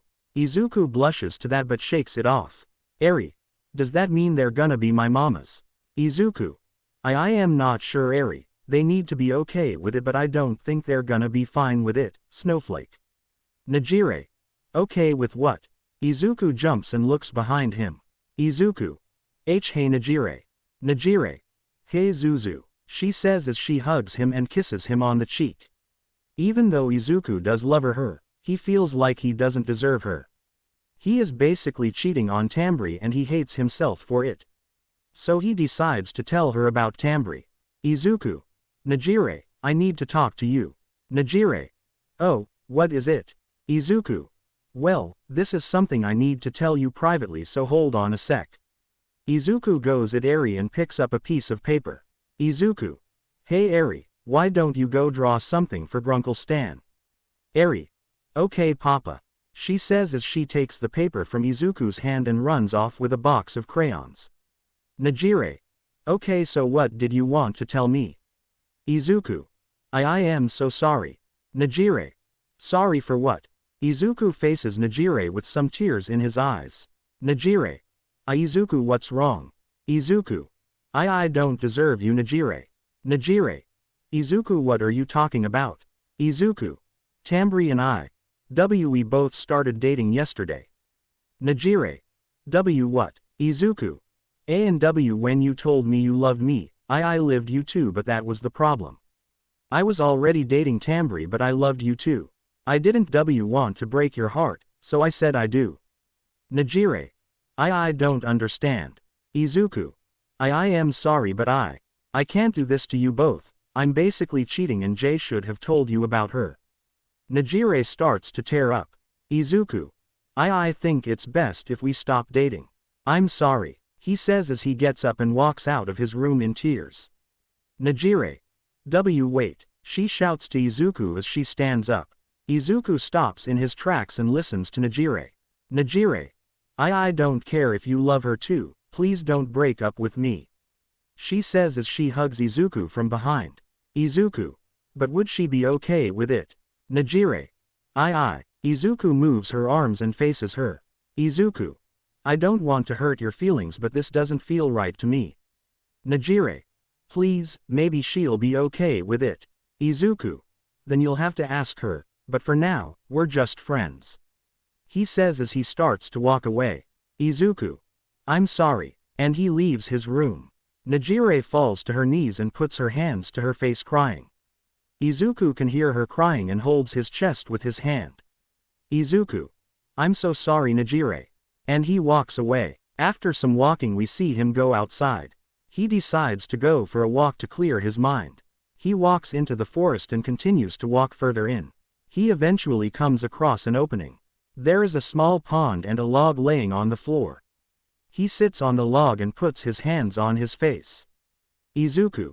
Did I do the right thing? Izuku rubs the temple of his head. Izuku. Yes, this is what's best for her. Izuku holds his chest and clutches onto his shirt. Izuku. Even if it hurts at first, she'll move on eventually, right? Meanwhile, we see Tambri and Wendy just arriving to the mystery shack. Tambri. So how are we gonna tell him we both are sharing him? Wendy. We just tell him, we both love you so we decided to share you, and that's it. Tambri. How are you so confident this will work? Wendy. I'm not sure it will work, but I'm just staying positive. Tambri. Oh, as they are about to enter, they see Evelyn flying towards them. Tambri. Hey Evelyn. Evelyn. Hey, Wendy. Why's Evelyn here? Tambri. Izuku forgot his phone at the store we went to. Wendy. Oh, Tambri. But Evelyn, you okay? You sound pretty upset. Evelyn. If I tell you, will you get mad? Tambri. I don't know why I would be mad but no. Evelyn. Well, when you called him, I took his phone and he chased after me. Tambri. Yeah, I remember that but you guys hung up on me. Evelyn. Well, he caught me but we fell, he accidentally hung up on you. Tambri. Oh well, what happened after? Evelyn. Well, we accidentally made out. Tambri. Wendy. Evelyn. I'm sorry, it was an accident. Tambri. Well, if it was an accident then I'm fine with it, but what do you mean you made out? Evelyn. I might have topped him when we made out. Tambri. Did you FK him? Evelyn. What no. Well, we almost did, but he stopped me. Tambri. Phew, thank God. Evelyn. But I think I ruined our friendship. Wendy. Hey Tambri, come here a sec. Tambri. What is it? Wendy. Why don't we invite Evelyn to the harem? Tambri. Really? Wendy. Yeah, she seems to care about Izuku so why not? Tambri. Well, alright then. Wendy. Alright, hey Evelyn. Evelyn. Tambri. We want to invite you to the harem. Evelyn. Harem. Wendy. It's where a group of people like one person and they share him, her. Evelyn. Oh, well, is it okay if I join? Tambri. That's why we invited you. Evelyn. Alright, sorry. Wendy. It's alright, anyways we should tell Izuku about the harem. Tambri. Right. The three then walk to the door and Tamrby knocks on it. The door opens and shows Najire. Najire. Izuku. Tambri. Who are you and how do you know Izuku? 3. Najire. I'm Najire, and I'm from the same school as Izuku. Wendy. So you're from his universe too. Najire. Universe. What do you mean? Tambri. Well, you're in our universe where we don't have any quirks. Najire. Oh, that explains a lot. Tambri. Anyways, I'm Tamrby and this is Wendy and Evelyn. Wendy. Sup, Evelyn. Hello, Najire. Tamrby. Tambri. Yeah, that's my name. Najire. So you're the one Izuku is dating. Tambri. How did you know that? Najire. Because Izuku told me. Wendy. Well, you sound pretty upset about it, why? Najire. Because I love Izuku and when I told him I did, he accepted it. Tamerby. What? Najire. But it didn't last long, he broke up with me. Wendy. Why? Najire. He told me he loved me and he did, but he broke up with me cause he was dating you. Tamerby. But why did he accept it in the first place? Najire. He told me he didn't want to break my heart, but in the end he did. Tamerby. I am so sorry. Najire. What are you sorry for? You made him fall for you first, and I have to accept it. Tamerby feels bad for Najire and gets an idea. Tamerby. Hey Wendy, I think we should invite her. Wendy. You sure? Tamerby. Yeah, I'm sure. Wendy. Alright then. Tamerby. Hey Najire. Najire. Tambry. I'm sorry for what happened but I want to invite you to the harem. Najire. What? Tambry. I know you really love Izuku and I don't want to be the reason you can't be with him. So what do you say? Najire. As long as I can be with Izuku then I'm okay with it. Tamerby. Great. Wendy. So 4 girls like Izuku, we're so gonna give him a hard time in bed. The girls blush at the thought of doing it with him. Tamerby. Shut up Wendy. Wendy. Ha ha ha. Evelyn. So where's Izuku anyways? Najire. I'm actually not sure. Evelyn. Should we wait for him to get back? Tambry. Yeah, let's wait a while longer. Najire. Come inside, it's pretty cold out here. And the girls enter the shack. They wait for Izuku to come back and while they talk about Izuku. Meanwhile, Izuku is walking back to the shack still upset. Izuku. Will things be the same with Najire anymore? As he says this he hears a meow in the bushes. Izuku.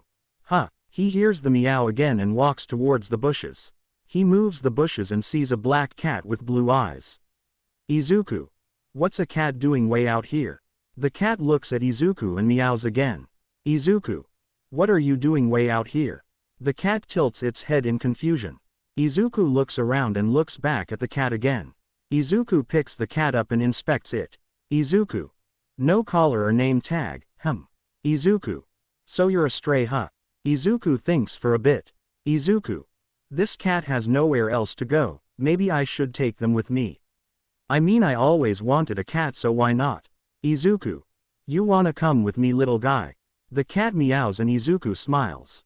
Izuku. Great. As Izuku says that the cat climbs on Izuku's shoulder and sits in his hood. Izuku. You're really light, let's get you something to eat.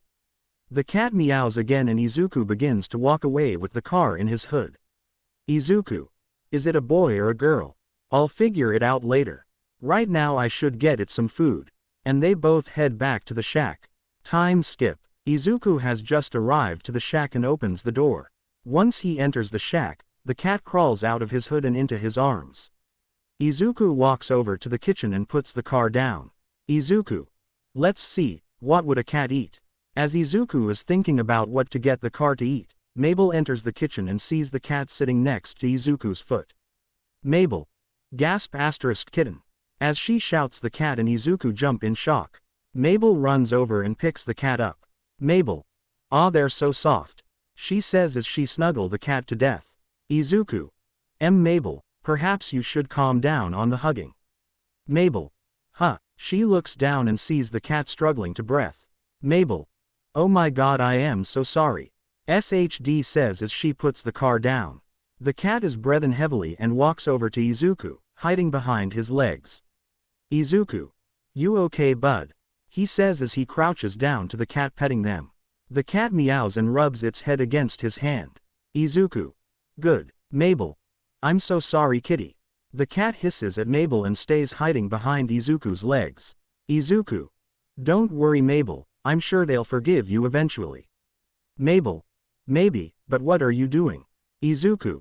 Oh I'm trying to find something edible for the cat. Mabel. I don't think we have anything for the cat to eat, but we do have milk. Izuku. That's good enough. He says as he opens the first and takes the milk out. Mabel grabs a bowl and places it down on the floor. Izuku pours the milk in the bowl and the cat walks over to the bowl and starts to drink it. Izuku. Thanks for the help Mabel. Mabel. Anytime Izuku. Mabel then begins to leave but then remembers something and turns around. Mabel. Hey Izuku, can I tell you something? Izuku. Sure, what is it? Mabel. Well, I wanted to tell you this for a while now. Izuku. Go on. Mabel. I like you Izuku. Izuku. Mabel. Izuku. Izuku. Mabel, I'm flattered but you're too young for me. Mabel. What? No I'm not. Izuku. How old are you again? Mabel. I'm 12. Izuku. I'm 16 Mabel, maybe we could make it work if you were 15 but you're not. Mabel. Izuku. I'm sorry Mabel. Mabel. It's okay, I'll just have to get older. Izuku. I'm not sure you can just make yourself older. Mabel. I'll find a way. Izuku thinks Mabel is just joking around and goes along with it. Izuku. Then I'll be waiting. He says as he walks away. The cat has finished the bowl of milks and runs after Izuku. Mabel. Maybe Dipper's journal might have something. She says as she runs off. Izuku is in front of his room. He opens his door and sees the girls sitting on his bed and floor. They all stare at him and get up. Izuku. What is going on? Tamerby. Well, we all have talked and we all love you. Izuku. What, Tamerby? Yup, all of us in here have a thing for you. Izuku. I'm honestly not sure how I feel about that. Wendy. So we decided to become a harem for you. Izuku. Harem. Evelyn. We all love and care for you so much, so we decided to share you. Izuku is flustered and confused at the same time. Najire. So we wanted to know if you're okay with it. Tamerby. So Izuku, what do you say? Izuku. Izuku is nervous. The girls are waiting for Izuku's response and it makes him super nervous. Izuku. Look, it's been a long day full of events. I need to think about this, so is it okay if I tell you tomorrow? Tamerby. Yeah, we can wait, right girls? The girls agree and as they do they see the black cat hiding behind Izuku's legs. Tamerby. Izuku, where did you get that adorable cat? Izuku. He looks behind his legs and sees the cat hiding behind his legs. Izuku. Oh, I found them in a bush when I was coming back from my walk. Evelyn. Did you give them a name yet? Izuku. No, but I'll give them one tomorrow. Wendy. Alright, well I'm gonna go home, I'm tired. She says as she leaves Izuku's room. Izuku. Later Wendy. Evelyn. Yeah, I'm going back to his store, I'll see ya tomorrow Izuku. She says as she floats away. Izuku. Yeah, I'll see you tomorrow Evelyn. Tamerby. Bye Izu. She says as she gives him a kiss and leaves. Izuku. Bye Tommy. Najire. I'm just gonna go now. She says as she's about to leave. Izuku. Wait Najire. She stops and turns around. As she does so, Izuku hugs her. Izuku. I'm sorry for what I did today, I didn't mean to make you cry, I just. Najire. Shush, it's okay Izuku, you were just doing what you thought was right, I understand. Izuku. So, you're okay now? Najire. Yeah, I'm fine now. But I'll be even happier if you accept us. Izuku. Well, you'll just have to find out tomorrow. Najire. I can't wait. She says as she leaves the room. Izuku. Now about you. He says as he looks towards the cat. Izuku. It's time to give you a bath. As he says this, the cat understands and slowly backs away from Izuku. Izuku. You better not run, cause even if you do. The cat looks directly in Izuku's eyes. Izuku. You won't stand a chance. As he says this, the cat runs between his legs but they don't get far. Izuku's black whip catches the cat and Izuku walks to the bathroom. Izuku. Trust me, this is for your own good. The cat meows in disagreement to Izuku's words and tries to break free from Izuku's black whip. But the cat can't and is forced to take a bath. Izuku. Ow, stop scratching me. Time skip. After a long war between Izuku and the cat, Izuku came out of the bathroom victorious with the cat wrapped around in a towel in his hands.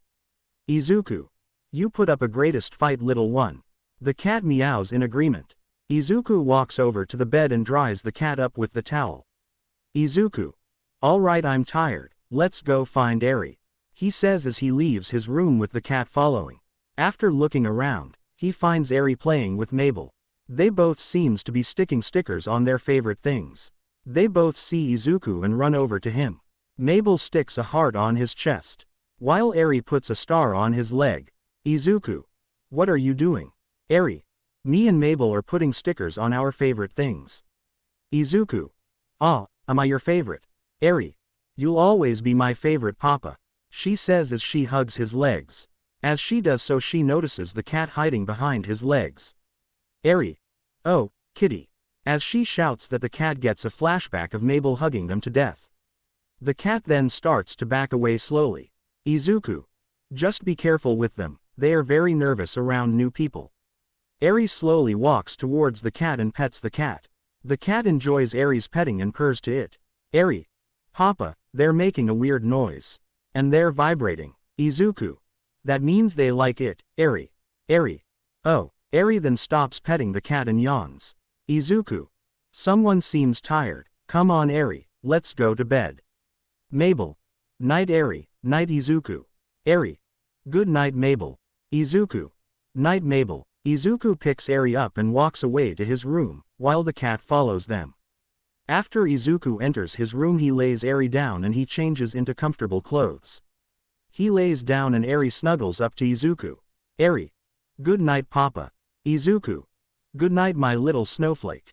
And as they fall asleep, the cat jumps on the bed and curls up in a ball, laying on the edge of the bed. The cat meows and Izuku laughs to himself a bit. Izuku. Good night to you too.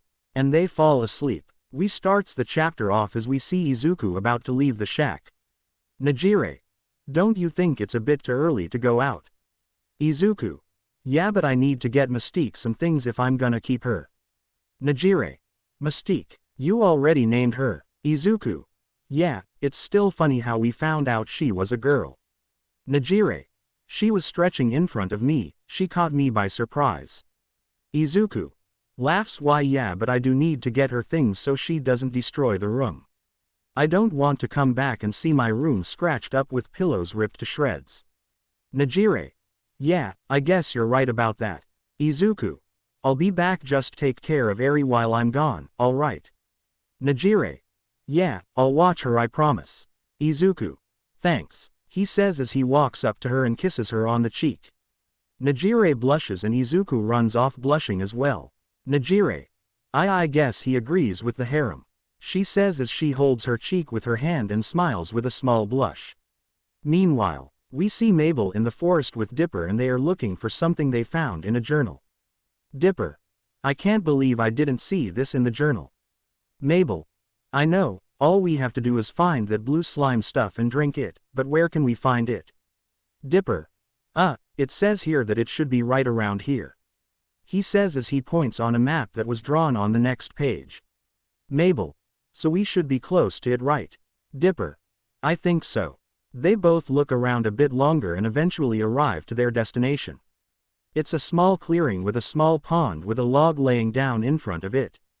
Dipper. Okay, if I'm reading this right, it should be near the pond under a rock. Mabel. Alright, let's look under every rock. She says and they both walk over to the pond and begin to look around. They look under every rock and eventually, Mabel finds the slime. Mabel. Dipper, I found it. Dipper runs over and they see that the slime is inside of 3 small vials. They pick up the vials and Mabel inspects it. Mabel. So all we have to do is drink it, right? Dipper. Yeah, but once we do this, it's permanent. Mabel. You mean we're gonna be older permanently? Dipper. Yeah, and I'm having second thoughts. Mabel. Why? Once we do this, you'll have a chance to be with Wendy. Dipper. I'm not stupid, Mabel, she knows that I like her. I can see it when I'm around her. Mabel. You never know, Dipper, I think you have a chaw. Dipper. I'm sorry, Mabel, but I'm not sure about this. Once we drink this, it says we will have the knowledge of teens. Mabel. Almost as if our future selves time traveled here. Dipper. Yeah, basically. Mabel, are you sure about this? Mabel. Dipper, for the first time I think I actually have a chance with Izuku, and I don't want to waste it, so yeah, I'm ready. Dipper.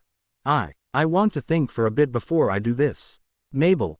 Alright, well here goes nothing. she says as she opens the vial and drinks the slime. As she drinks it, Dipper stands back a bit, hiding behind the log. She drinks the whole thing and wait for a bit.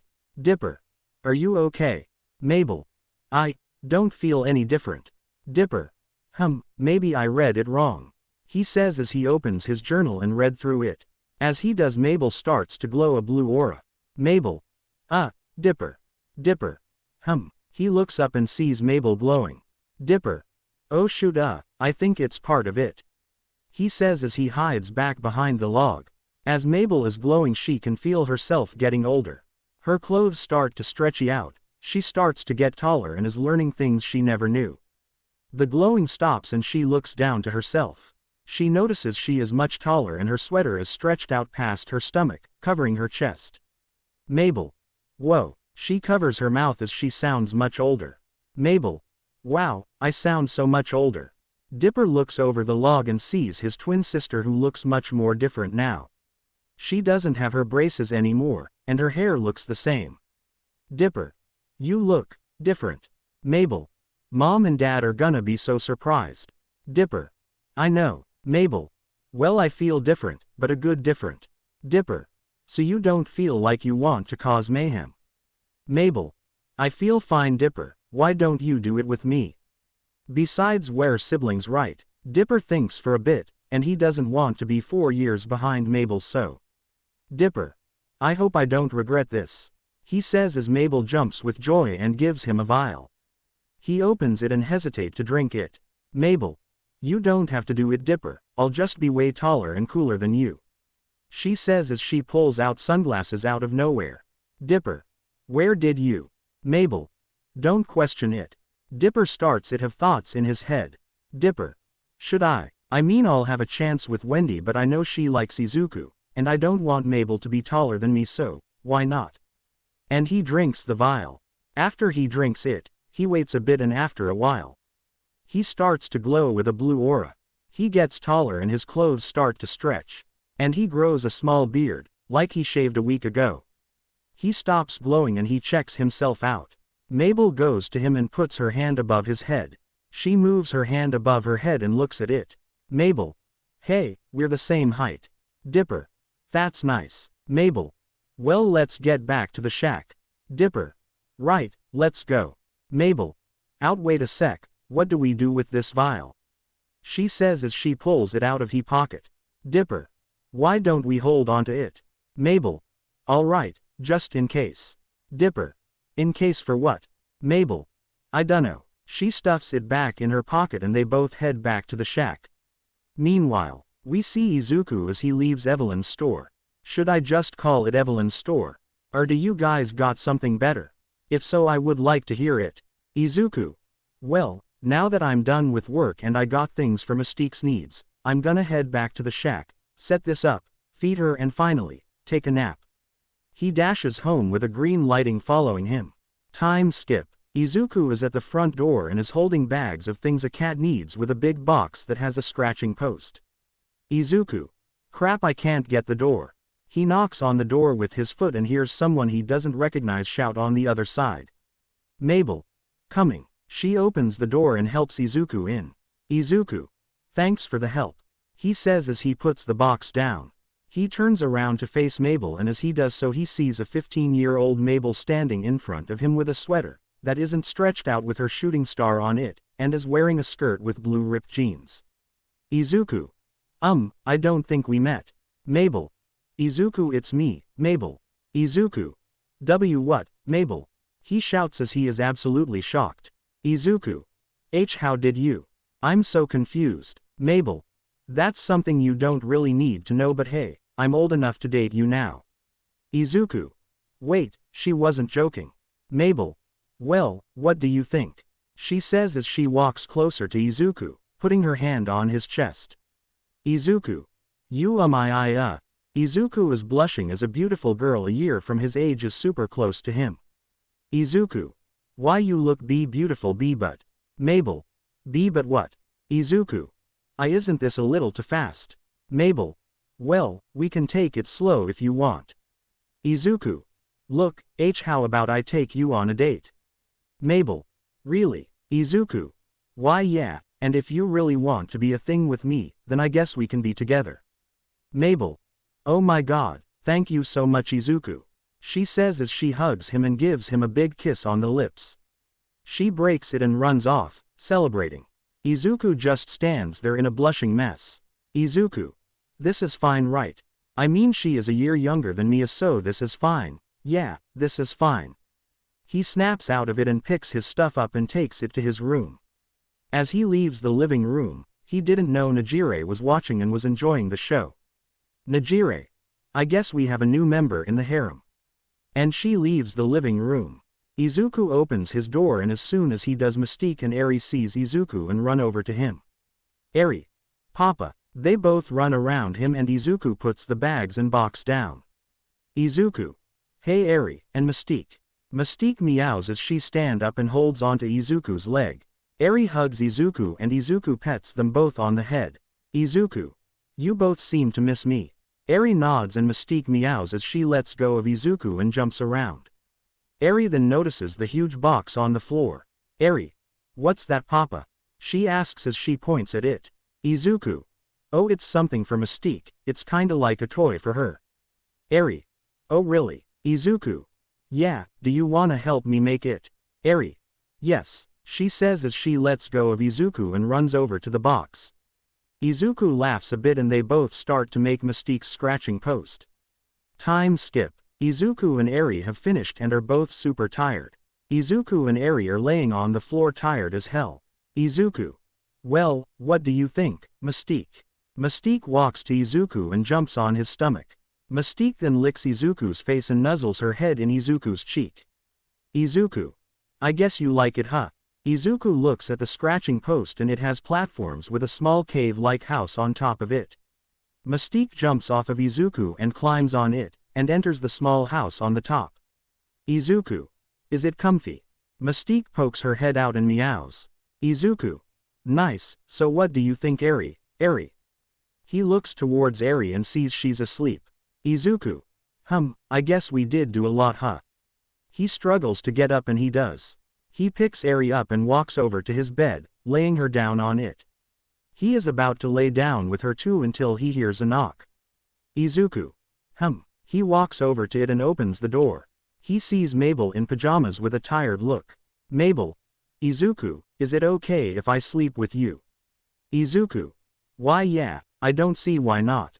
He is too tired to care, so he lets her in and closes the door. He lays down on the bed and Mabel is too tired to realize she is laying down on Izuku. Izuku knows she is on him, but it feels too comfortable to do anything. He pulls Eri towards him and Mabel and cuddles with them both. And passes out with Mabel. We start the chapter off as we see Izuku talking to himself, staring at a mirror. Izuku. Okay, so you're basically taking a 12-year-old on a date even though she somehow turned 15 in a day. I mean, it's okay, right? She is a year from my age, so it's cool, right? I don't think it is. Even though she is 15 physically, she is still a 12-year-old, I think. She didn't really explain what happened. I'll ask her cause I'm still not sure about this. I don't want to go to jail. He backs away from the mirror and leaves the bathroom. As he is passing through his room, he sees Mystique playing with Eri. Izuku smiles by the sight and leaves his room. He walks around the shack trying to find Mabel, and as he is searching for her, he sees Dipper watching TV. Izuku. Dipper, you're older too. Dipper. Oh, yeah, I got older with Mabel. Izuku. Okay then, if the same thing happened to you then you'll know the answers to my question. Dipper. Oh, then let me hear it. Izuku. Okay, so Mabel came to me and she said she liked me, so I decided to take her on a date, and I'm not sure if that's a good idea because I think she is a 12-year-old in the body of a 15-year-old and I'm scared I'll be sent to jail and I don't know what to do cause we kissed, so please tell me. He tells Dipper as he tries to catch his breath. Dipper. That was a lot of information, but I think I know what you're asking. Izuku. Why you do? Dipper. You're asking if she's a 12-year-old in her head. Izuku. Why yeah, that's basically it. Dipper. Well, you don't gotta worry about that, as you should know we aren't 12 anymore. Not only is our body older but our mind got older along with it, so basically our future selves took our spot. Izuku. So, you're saying you both are basically your future selves. Dipper. Yup, we aren't 12 anymore. Just two 15-year-olds now. Izuku. How did you both even do this? Dipper. I can't tell you cause Mabel wants it to be a secret. Izuku. Alright then, so it's okay to take Mabel on a date. Dipper. Yup, you won't go to jail. Izuku sighs in relief and is super glad he won't go to jail for this. Dipper. So, you're taking Mabel on a date. Izuku. Yeah, she wants to go on one today. Dipper. Oh, that's good for her.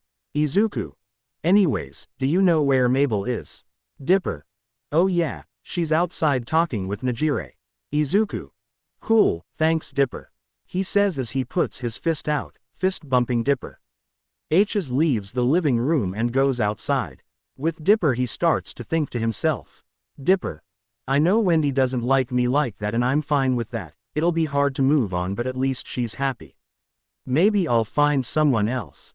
And he goes back to watching his show. Meanwhile, we see Mabel asking Najire for advice for the date. Najire. Just be yourself Mabel, I'm sure he likes you just the way you are. Mabel.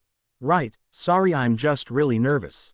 This is the first date I've ever been on and I really don't want to mess this up. Najire. You'll be fine, oh look. Izuku's coming right now. Mabel turns around and sees Izuku waving towards them. Najire. Remember, just be yourself and you'll be fine Mabel. Good luck, she says as she walks off and waves goodbye to Izuku. Izuku. Hey Mabel, you ready for the D-date? He says as he rubs the back of his head. Mabel. Why yup, I'm ready. She says as nervous, she doesn't want to mess up her date with Izuku. Izuku. Great, let's go. He says as he puts his hand out to Mabel. She stares at it for a moment and takes his hand. They both then proceed to head in the town of Gravity Falls. Time skip. We see Izuku and Mabel at the mall, thinking what they should do. Mabel. Oh, how about we go try some clothes on? Izuku. I don't see why not, plus I might find some clothes for Eri. Mabel. Great, let's go. She says as she takes Izuku's hand and runs to the nearest clothing shop. For girls. Izuku realizes where Mabel is taking him and starts to hesitate. Izuku. Wait Mabel, I'm not sure I should be here. Mabel. Izuku look, there are other guys here too. Izuku. Well yeah but. Mabek. Izuku, you're fine just stay with me, okay? Izuku. He says, blushing as he is looking down to the floor. Mabel can see he is uncomfortable here. Mabel. Izuku, you don't have to stay here if you don't want to. Izuku. No, I'll be okay. Mabel. You sure? I don't wanna force you to stay. Izuku. I'll be fine Mabel, come on. He says as he takes Mabel's hand and goes into the girls' clothing store. Once they enter the store Mabel starts to look around the store for clothes she likes, while Izuku is staying close to Mabel. Mabel. Hey Izuku, how does this look? She says as she shows Izuku a black shirt with a star full of glitter in the middle of it. Izuku. I'm not sure, maybe you should try it on. Mabel. Good idea, but first I need to find some pants. She says as she continues to look around. As she does, Izuku goes on his phone as he is waiting for Mabel to get her clothes. As he is on his phone, he notices a group of girls are watching him. They keep glancing towards Izuku and he knows they are talking about him. Eventually almost every girl that is in the store start glancing towards Izuku. Izuku. Why are they all staring at me? Do I have something in my hair? He thinks he does and moves his fingers through his hair. This makes the girls in the store more interested in him. Mabel. Izuku, I think I got everything. Izuku. Nice, go try them on. Mabel. Alright, come on. She says taking Izuku's hand. She drags him to the changing room. The girls that were watching start to get jealous as Mabel takes Izuku away. They both end up in the changing room and Mabel sits Izuku down on a chair. Mabel. Okay, stay right here. She says as she goes into a changing stall. Izuku. Okay. He sits there and stares at the floor. As he is waiting he starts to think for things he has never thought of before. Izuku. What comes first in the orange, the color or the fruit? Izuku. Hey Mabel. Mabel. Yeah, Izuku. What comes first in a orange, the fruit or the color? Mabel. I think it was the fruit. Izuku. What makes you say that? Mabel. Well, back when we were cave people, we knew what an orange was first before we created colors. Izuku. So you're saying oranges were discovered first? Mabel. I think so. Izuku. Okay. Mabel. Anyways, what do you think? She says as she leaves the stall. She is wearing a black shirt with a shooting star filled with glitter, and she is wearing tight blue jeans. Izuku is amazed by how she looks and is speechless. Mabel. Izuku, you there? She says as she waves her hand in front of Izuku's face.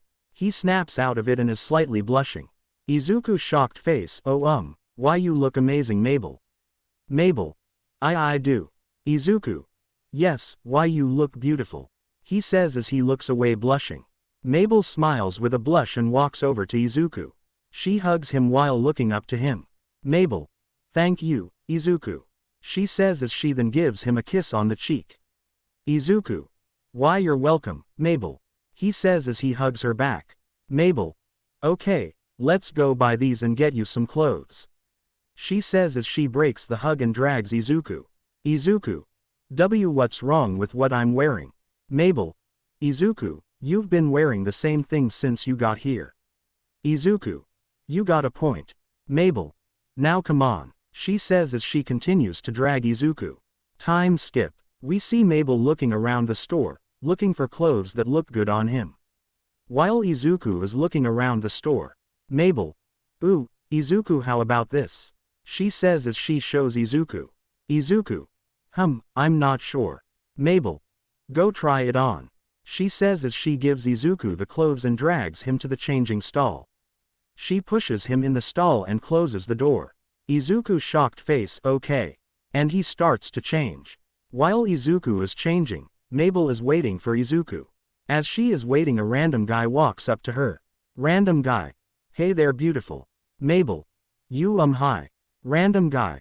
So, I was wondering if I could take you on a date. Mabel. No sorry, I'm actually on a date already.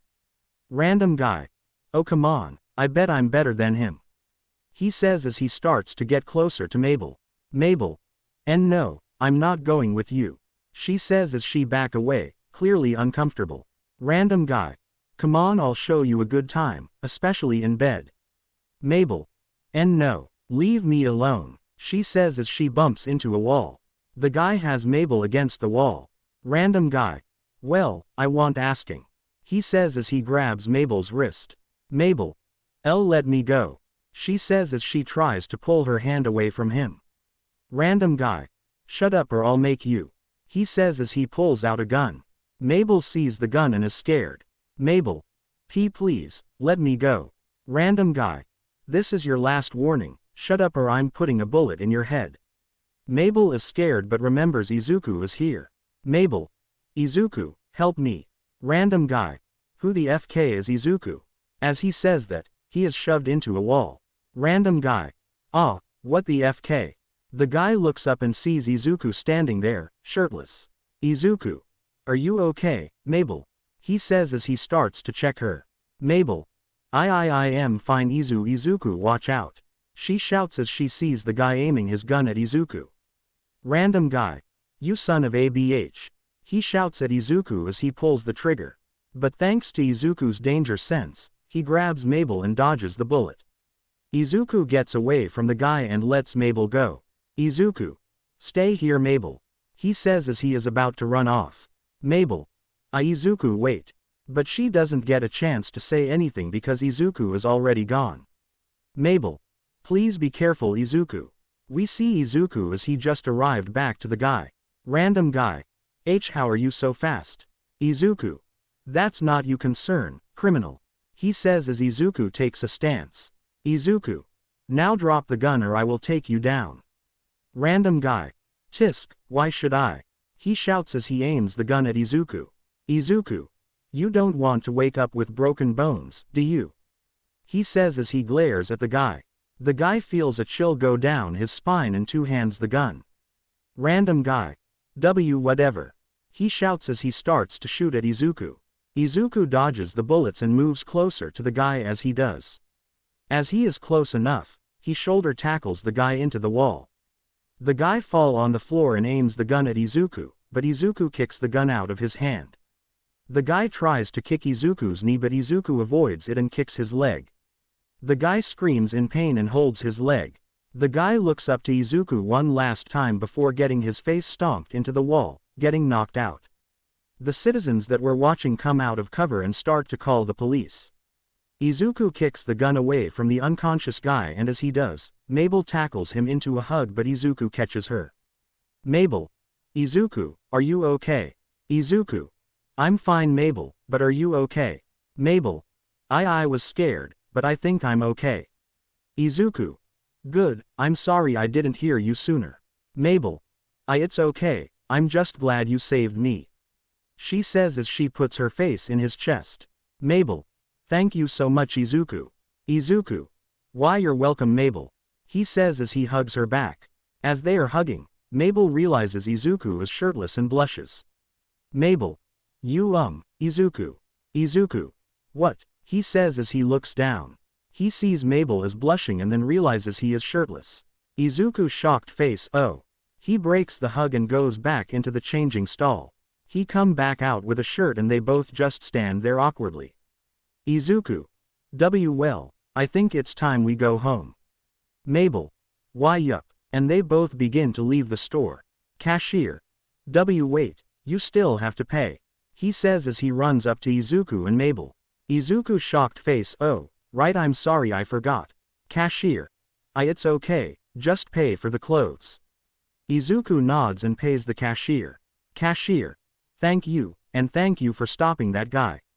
Izuku. It was nothing, he would have hurt more people if I didn't. Cashier. It's not nothing. You dodges those bullets like it was nothing. He says as he goes up to Izuku. Cashier. How did you do that? It's like you have superpowers. Izuku. I was just faster. The cashier buys Izuku's excuse. Cashier. Either way, you were like a superhero. He says as he pumps his fist in the air. Izuku. Hero. Cashier. Yeah, Mabel. Yeah, my hero. She says as she hugs Izuku's arm. Izuku. Hero. Mabel. Anyways, let's go home Izuku, I'm getting tired. Izuku. Alright, let's go. Izuku and Mabel say bye to the cashier and begin to walk back to the shack. Time skip. We see Mabel and Izuku just arriving at the shack. Izuku. I'm sorry about today, we were supposed to have fun today. Mabel. It's okay Izuku, I had fun today. Izuku. You did. Mabel. We got to spend the whole day together, I just wanted to be with you today. Izuku. I mean, I did enjoy my time with you. Mabel. So did I. She says as they arrive at the front door. Mabel. Well, I guess I'll see you tomorrow. Izuku. Yeah. She then opens the door and is about to go inside. Until Izuku stops her by taking her hand. Mabel. Izuku. As she turns around she receives a kiss on the lips by Izuku, and is shocked. He breaks the kiss and immediately enters the shack blushing. Mabel is standing there still processing what had happened. She eventually realizes what happened and starts to celebrate. Mabel. I did it, I got a boyfriend. Yes. And as she is celebrating, Izuku hears her celebrating and smiles to himself, still blushing by what he did. He goes inside his room and sees Eri is asleep in his bed. He also sees Mystique sleeping in a ball next to Eri. He smiles at the sight of Eri and Mystique sleeping together. He takes his shoes off and get in bed. He accidentally wakes Mystique and she looks at Izuku. Izuku. Sorry. Mystique doesn't care and gets up. She walks over to Izuku and gets on his stomach. She curls up in a ball on his stomach and falls back asleep. Izuku smiles as he can feel Mystique purring his stomach. He lays his hand on Mystique and starts to pet her soft furs and goes to sleep with his hand still on Mystique. We see Izuku as he wakes up in bed. He is about to sit up until realizes Mystique is asleep on his stomach. He rubs his eyes and looks to his side to see Eri, hugging his side. Izuku. He wraps his arm around her and gently pets her head. He then lays his other hand on Mystique and starts to caress her fur. As she does this, she starts to purr and he can feel the purrs and he finds it comforting. He lays back and enjoys this moment. He looks out the window and sees the sun is already out. Izuku. I'll just lay here a bit longer. He closes his eyes and enjoys the silence. But little does he know that the girls were watching him through the crack of the door. Mabel. Oh my god, they look so cute right now. Tamerby. I know. Evelyn. We need to get a picture. Wendy. But how? They think for a bit and then they all look towards Najire. Najire. What? Tamerby. You can fly right. Najire. Yeah, Mabel. So that means it'll be easier for you to get a picture without making nosy and with the perfect angle. Najire. I'm not sure girls, what if he catches me? Wendy. You'll be fine Najire, just keep quiet. She says as she gives her phone to Najire. Najire. I mean why can't Evelyn do it? Evelyn. I would definitely do it but I can only be able to touch objects every now and then, it gets me tired. She says as she takes Wendy's phone from Najire. Evelyn. I can only carry an object for a certain amount of time, but technology is something I can't do. She says as it slowly phases through her hand. Tambri catches the phone before it hits the ground and gives it back to Najire. Evelyn. For some reason, I can't hold on to something with electricity, I don't know why but I just can't. Najire. Alright, I got this. She says as she starts floating with her quirk and opens the door. The girls hide behind the walls and Najire goes in. She floats up to the roof and takes a picture. Najire. Aw, that's just so cute. She says as she does a twirl in the air. But as she does she drops the phone and it starts falling at Izuku's face. The girls. Najire no. They whisper loudly as the phone starts to fall. But before the phone hits his face, he uses his black whip and catches the phone. He opens his eyes and sees Najire floating above him. They are both inches from each other's face as Najire was trying to catch it. Najire. Hi. Izuku. Hi. He greets her as he gives her a kiss on her nose. Najire. Wah. She covers her face as she floats up higher with a blush growing on her face. Mabel. Hey, no fair. Tamerby. We want kisses too.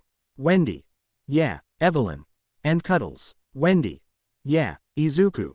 Shish. Eri is still asleep. Eri. But I am awake papa. As she says this everyone looks at her. Izuku. When did you wake up? Eri. When my other mamas came in. She says as she points at the girls. Izuku. I see. And as he says this Mystique gets up and stretches on Izuku's stomach. Her claws dig into his skin and he winces in pain. Izuku. Ow ow ow. Mystique your claws. He shouts as he picks her up and sets her on the floor. Mystique meows and sits on the floor staring at Izuku. Izuku. Sigh hey Eri, can I talk to the girls for a sec? Eri. Of course papa. She says as she gets off the bed and picks up Mystique. Eri. Come on Mystique, let's go see what Uncle Seuss is doing. She says as she runs off with Mystique in her arms. Izuku gets up and closes the door as Eri leaves. Izuku. Now girls, we need to talk. He says as he starts to emit green electricity. Najire. Oh no, she says as she floats behind the girls. Tambri. Izuku we didn't mean to wake her up. Izuku. Do you know how comfortable I was with Eri and Mystique? Mabel. And no, Izuku. It was so nice, that I can't even tell you in words. He starts to walk towards the girls. Izuku. But the worst thing of all. Evelyn. You girls are on your own. The girls. What, Evelyn? Bye, she says as she goes through the wall. The girls. Evelyn you traitor. Izuku. You woke up. He starts to walk towards them. Tamerby. Izuku, we are really sorry. She says as she walks towards Izuku. Tamerby. We didn't mean to wake her up Izuku, maybe we can make it up to you somehow. Before she could finish, she is interrupted by Izuku grabbing her. Tambri. Izuku. Izuku. Don't worry Tamrby, I won't hurt you, I'm just gonna make you laugh until it hurts. Tamerby. Why you don't mean? Izuku. Oh I do. Tambri. Oh no, anything but that please. Izuku. Don't worry, you're not the only one getting it. he says as he uses his black whip and closes the door. The girls tried to escape through the door but Izuku stopped them. Izuku. There's no escape from me girls. He says as he grabs the others with his black whip. Najire. Please Izuku, we'll do anything. Mabel. Izuku, please. Izuku. Now you shall feel my wrath. The girls. No. And Izuku tickled them until they couldn't move. Meanwhile, we see Dipper and Seuss, who is playing with Eri and Mystique. They are in the living room and Dipper is going through channels, trying to find something to watch. But then he goes to a channel that catches his interest. Dipper. Who's this? Seuss. Who's who? Dipper. This Gideon guy. Seuss. Oh, that dude. Yeah, he just came into town and they say he can read your minds. Eri. Read minds. Seuss. It's like where someone can tell what you're thinking of. Here, let me try and read your mind. Eri. Okay, what color am I thinking of? Seuss. I know this, hold on. You're thinking of the color apple. Eri. He, Uncle Seuss, apple isn't a color. Seuss. Oh, it isn't. Hold on, let me try again. What about? As he is thinking, he looks at Mystique. Seuss. Cat. He shouts as he lifts Mystique. Eri just laughs as he is standing there with Mystique in his hands. Dipper laughs to himself a bit and goes back to the TV. Dipper. Might as well check it out. He says as he gets up. Dipper. Hey Eri, wanna go see that telepathic guy? Eri. Yeah, but let's ask Papa if he wants to come. Dipper. Alright, come on Eri, let's go ask him. Eri. Okay. As she says this, Mystique jumps out of Seuss's hands and follows Eri. Seuss. You dudes have fun, I'm gonna go fix some pipes or whatever. He says as he runs out of the living room. Dipper and Eri are at the front door with Mystique next to Eri. Dipper. Hey Izuku, we wanted to know if you wanted to go in. He says as he opens the door but then sees the girls are on the floor and they can't move. Dipper. What happened here? Mabel. He tickled us to death. Wendy. I can't feel my stomach. Najire. It hurts to laugh, haha, ow. Tamerby. OWWWWW. Izuku. I'm sorry girls, I guess I went a bit overboard. He says as he rubs the back of his head. The girls. You think. Izuku. Don't worry girls, I'll make it up to you, okay?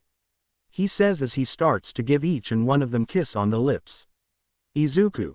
Does cuddles and kisses sound okay? Tambri. With a movie. The girls. Yeah, and then we're okay. Izuku. That sounds like a deal. The girls. Nice. Izuku. Anyways, what were you taking about? Dipper. Oh right, me and Eri wanted to know if you wanted to go to this show. Izuku. Oh, sure I'll come, let me just get my wallet. Eri. Yay, she cheers as she runs over to Izuku and hugs his leg. Izuku. Hee. Eri, why don't you go and wait outside with Dipper? Eri. Okay, and she runs off with Dipper and Mystique. Izuku. Alright girls. He goes to the counter and grabs his wallet. Izuku. I'll see you later, okay? The girls. We'll be waiting for you Izuku. Izuku. Okay, I love you. And he runs out. The girls. Love you to Izuku. As they say this, Evelyn comes back and she sees the girls on the floor. Evelyn. Did you have fun? Najire. Not gonna lie, that was kinda fun. The girls. Yeah, time skip. We see Izuku, Dipper and Eri, along with Mystique as she is on Izuku's shoulder. They are sitting on some chairs and they were able to get front row seats. Izuku. So you're telling me that this guy can read people's minds? Dipper. Yeah, and I don't buy it, well unless he's like you. Izuku. We'll see. Eri. Papa look, it's starting. As she says this the curtains move out of the way revealing a man. Bud. Now for the moment you've all been waiting for, the telepathical mind reader, Gideon. As he says this a small kid in a baby blue suit with really tall white hair, walks in and introduces himself. Gideon. Why hello there, I'm Gideon. Eri. Papa, why does he look like a baby? Izuku. I do not know Eri, and I don't know why his hair is really unique. Eri. He looks funny. Izuku. Haha, yeah he does. Dipper. Even though I agree with you, I think he can hear us. He says as he points at Gideon. Gideon. My oh my, it seems we have some very chatty fans. He says as the spotlight goes on Izuku and Eri. Izuku. Hi. Eri. Papa, why is he still pointing at us? Izuku. I don't know. He says as he shrugs his shoulders. Gideon. Now, may I know both of your names? Izuku. Alright, I'm Izuku Midoriya, and this is my daughter Eri. Eri. Hello. Gideon. Now question, why does she have a horn on her head? He says as he points at her. Eri puts her head into Izuku's chest as she starts to get nervous. Izuku. Why is your hair so freakishly weird? He says as he likes back at Gideon. Gideon. Hey, what makes you think I'll tell you? Izuku. Well, what makes you think I have to tell about my daughter condition? The audience begins to mutter about Izuku's reason and most of them agree with Izuku's reason. Gideon. Shut up. His little outburst is noticed and the audience starts to complain about his attitude. Gideon. Sorry about that, I don't know what got over me. Anyways, let's begin our show. He says as he fixes his hair. Gideon. Now, you are all here to witness my mind-reading abilities, correct? The crowd agree, while Izuku and Dipper stay silent. Izuku. You okay, sweetie? Eri. Izuku. Okay, so you want to stay like this? Eri. Izuku. Okay, Eri, just lay your head on my shoulder, okay? Eri. Okay. Gideon. Now, who shall go first? He says as he starts aiming his finger at people. Then Gideon's finger lands on Izuku. Gideon. My, it seems Midoriya is our lucky guy. Izuku. I'm not really sure I want a child reading my mind. Gideon. Too late, and as he starts to read Izuku's mind, Gideon is sent somewhere. Gideon. Where am I? He asks himself as he looks around. All he can see is a dark void of nothingness around him. Gideon. Hello, is anyone there? Who is this child? Gideon turns around and sees a woman with a yellow cape. Don't know, don't care, get him out of here. Alright, see ya shorty. And Gideon is kicked out of Izuku's mind. And as he wakes up from the floor. Bud. Gideon, are you okay? Gideon. Get off of me. He shouts as he pushes Bud off of him. Izuku. He holds his head with his hand as the other is holding Eri. Dipper. Izuku, you okay? Izuku. Why yeah, just a slight headache. Eri. Papa, can we leave? Izuku. Yeah, this is getting boring anyways, let's go. He says as he gets up with Eri in his arms. Mystique rubs her head against Izuku's head and licks his face. Izuku. I guess Mystique wants to leave too. Dipper. Alright, let's go. And they begin to leave. As they leave, Gideon is sitting on the floor and watches Izuku leave. Gideon. Why couldn't I read his mind? He questions himself as he holds his amulet. Gideon. There's something interesting about Midoriya, and I'll find out what's so special about him.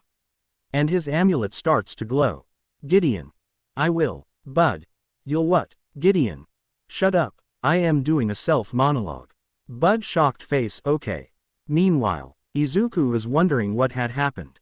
When Gideon read his mind, Izuku's head started to hurt. Izuku. Maybe it was just a coincidence, maybe I'm not drinking enough water. Reminder. Always stay hydrated. Anyways, Izuku continues to think until Mystique licks his face and meows. Izuku. Hey, you know, sometimes I think you more than just a cat, Mystique. Mystique meows and rubs her head against his cheek. Izuku. I guess I'm just good with cats, but whatever. Eri. Papa, who are you talking to? Izuku. I was talking to myself since I am bored right now. Eri. Ooh, okay. Dipper. Don't worry, Izuku, I do the same when I'm writing stuff in my notebook. He says as he rubs his back. Dipper. Speaking of notebooks, is it okay if I ask you some questions about your quirks, including Eri's, if that's okay with her? Izuku. I'll happily tell you about mine, but you'll have to ask Eri. Dipper. Alright, hey Eri, is it okay if I ask some questions about your quirk? Eri. Dipper. Okay, thank you Eri. He says as he pets her head. Eri giggles as Dipper pets her head. Izuku. Alright, so what do you wanna know? Dipper. Okay, so first. He pulls his notebook out. Dipper. How many quirks do you have? Izuku. I think I have 8 quirks. Dipper. Can you tell me them? Izuku. Yeah, it's. And Izuku continues to answer his questions on his and Eri's quirk. Time skip. After a long walk back to the mystery shack, they finally arrive and enter the shack. Izuku. Sigh God, that was a long walk. Dipper. Yeah, I'm gonna go to bed, see you both tomorrow, and thank you for the information. Izuku. You're welcome, and good night. Eri. Good night, Uncle Dipper. Dipper. Good night, Eri, and he goes upstairs to his room. Izuku. Come on, let's go to her room. He heads upstairs and is in front of his room. Izuku. I can't wait for some SLE. And as he opens his door, he sees the girls on the bed and floor with a TV on his dresser. Izuku. Oh, hey girls. Wendy. Izuku, you're just in time. Najire. Take your shoes off before coming in, we are about to start the movie. Eri. Mamas, can I watch? Tamerby. Of course you can, Eri. She says as she goes up to Izuku and takes Eri out of his arms. Tambri. Jesus Izuku, you look tired. Izuku. I've went months without sleep before, I'm fine. He says as he shakes his head. Mabel. Izuku, are you sure you can watch with us? You don't have to. Izuku. No, I totally got this, let's watch that movie. He says as he walks to the girls and sits on the floor next to Evelyn. Tamerby sits next to Izuku and Eri sits on her lap as Mystique jumps down from Izuku's shoulder and lays on his lap. Izuku. Mystique. I forgot you were on my shoulder. He says as he pets her. She starts to purr and this gets Izuku even more tired as he starts to relax. Evelyn. Izuku, you sure you can stay up? Izuku. You up. Najire shocked face, okay then. And they start the movie. Time skip. The movie is over and the girls stretch. Tamerby. That movie was awesome. Najire. Meh, it was okay. Evelyn. It couldn't used more action. Mabel. I agree, it kinda got bring near the end. Wendy. I thought it was okay. Tamerby. What do you think, Izuku? He doesn't answer her. Mabel. Izuku. The girls face Izuku and see he is asleep with Mystique on his lap. Izuku has his head laying on Tamrby's shoulder and the girls smile. Najire. Well, I guess he couldn't stay up. Mabel. It's fine though, right? Evelyn. Yeah, he did try and stay up. Wendy. And he did watch the movie, like he said he would. Eri. She moves around in Tamerby's arms and she smiles. Tamerby. Come on girls, let's go to bed. Evelyn. I don't need sleep, but what's stopping me, by cuddling with Izuku? Wendy. That sounds nice. Najire. It does. Mabel. Okay, let's get them in bed.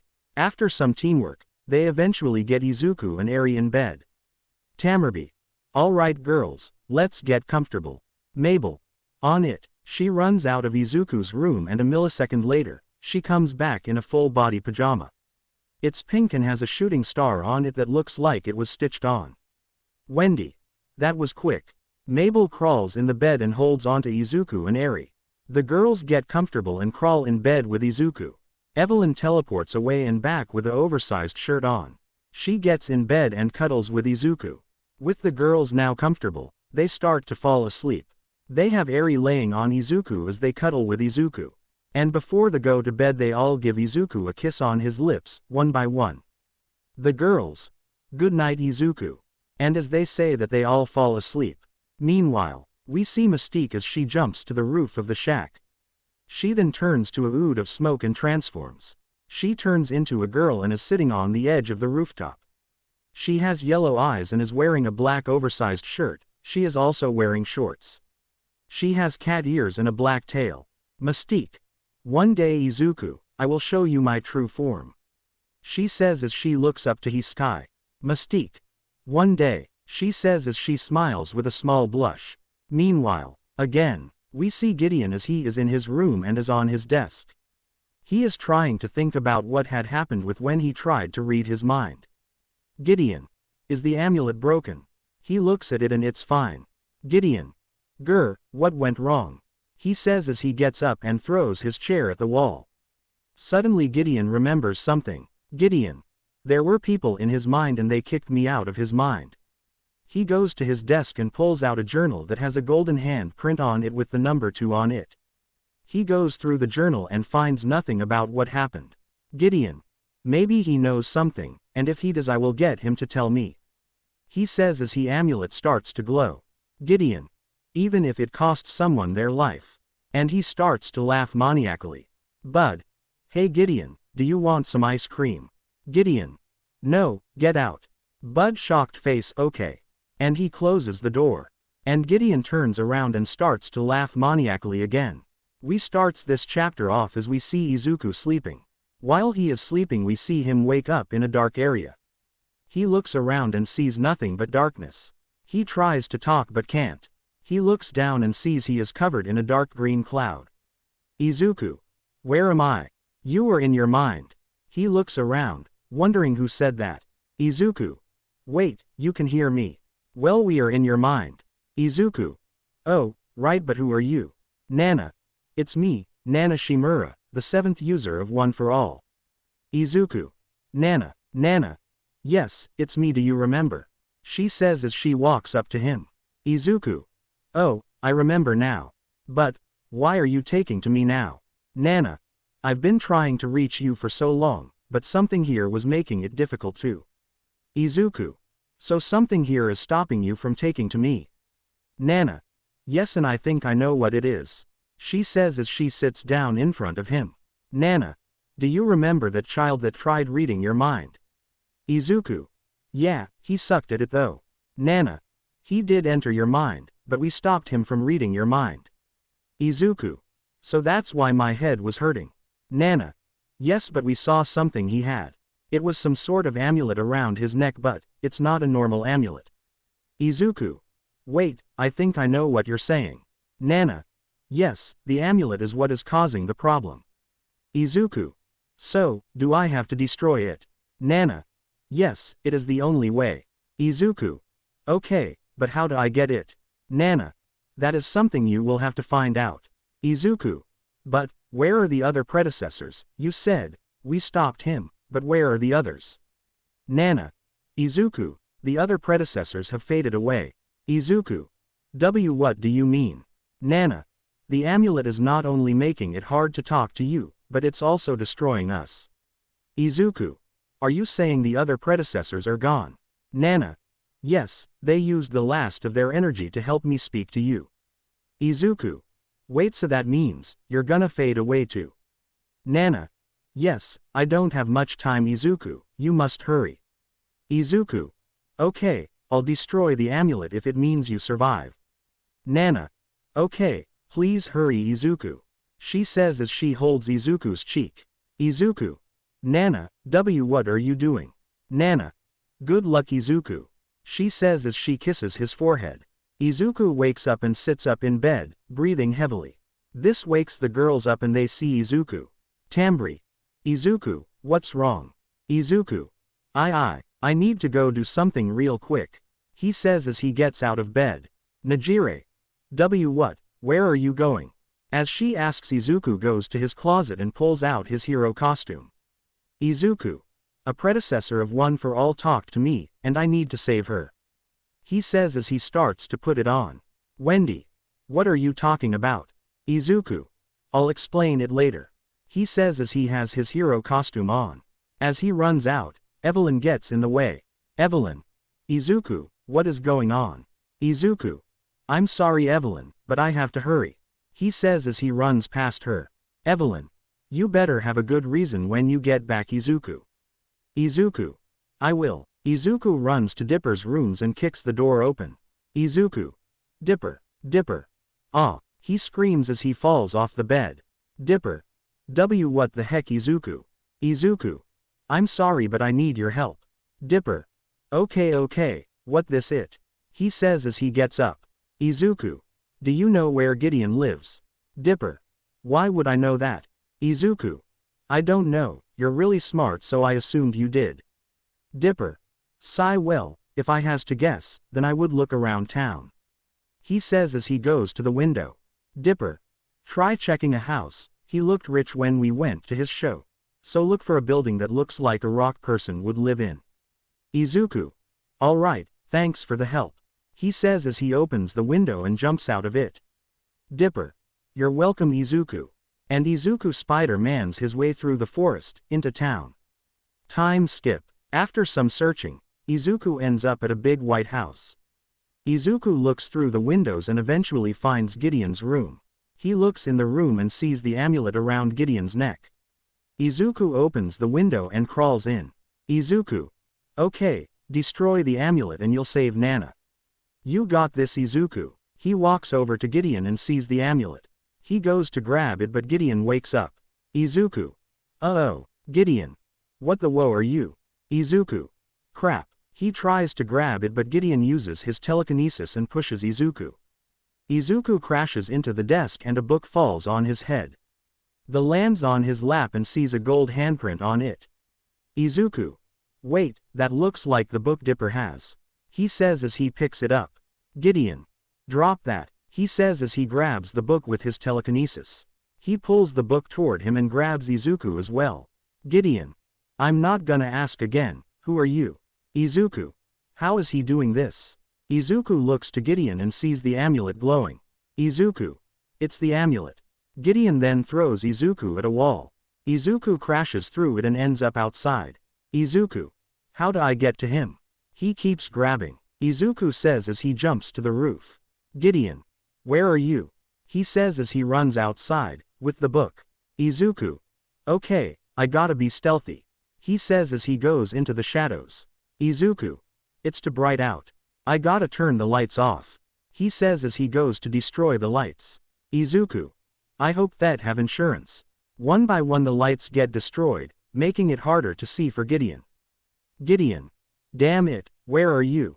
Gideon shouts out. As he does, Bud comes out to see what the ruckus is. As he does, Izuku goes to snatch the amulet and misses. Gideon sees Izuku and goes to grab him but misses as Izuku uses smoke screen. Gideon can't see anything and Izuku goes for the amulet. Izuku rips it off and jumps back. Gideon. No, give it back, he says as he goes to reach for it. Izuku throws it to the ground and stomps on it. It breaks to pieces and Gideon runs to it. Gideon. No, my amulet, he says as he picks the pieces up. Bud is standing there as Gideon is trying to put it back together. Bud. Maybe with some glue, we could fix it. Gideon. Shut up, old man. Bud shocked face. Okay. Gideon. And you, I don't know who you are, but I will find out who you are and ruin you, he says as he runs at him. Gideon throws a punch but Izuku dodges it and lifts him in the air by his shirt. As Gideon tries to break free, he drops the book and Izuku notices it. Izuku. What's this? He says in a deep voice as he throws Gideon to the side. Izuku picks it up and opens the book. He reads through it and sees pictures of creatures and other things. Izuku. This is like the journal Dipper has, he says as he closes the book. Izuku. I'll give this to Dipper, he'll know what to do with this, he says as he puts it in his suit. Gideon. No, give that back, he says as he runs at him.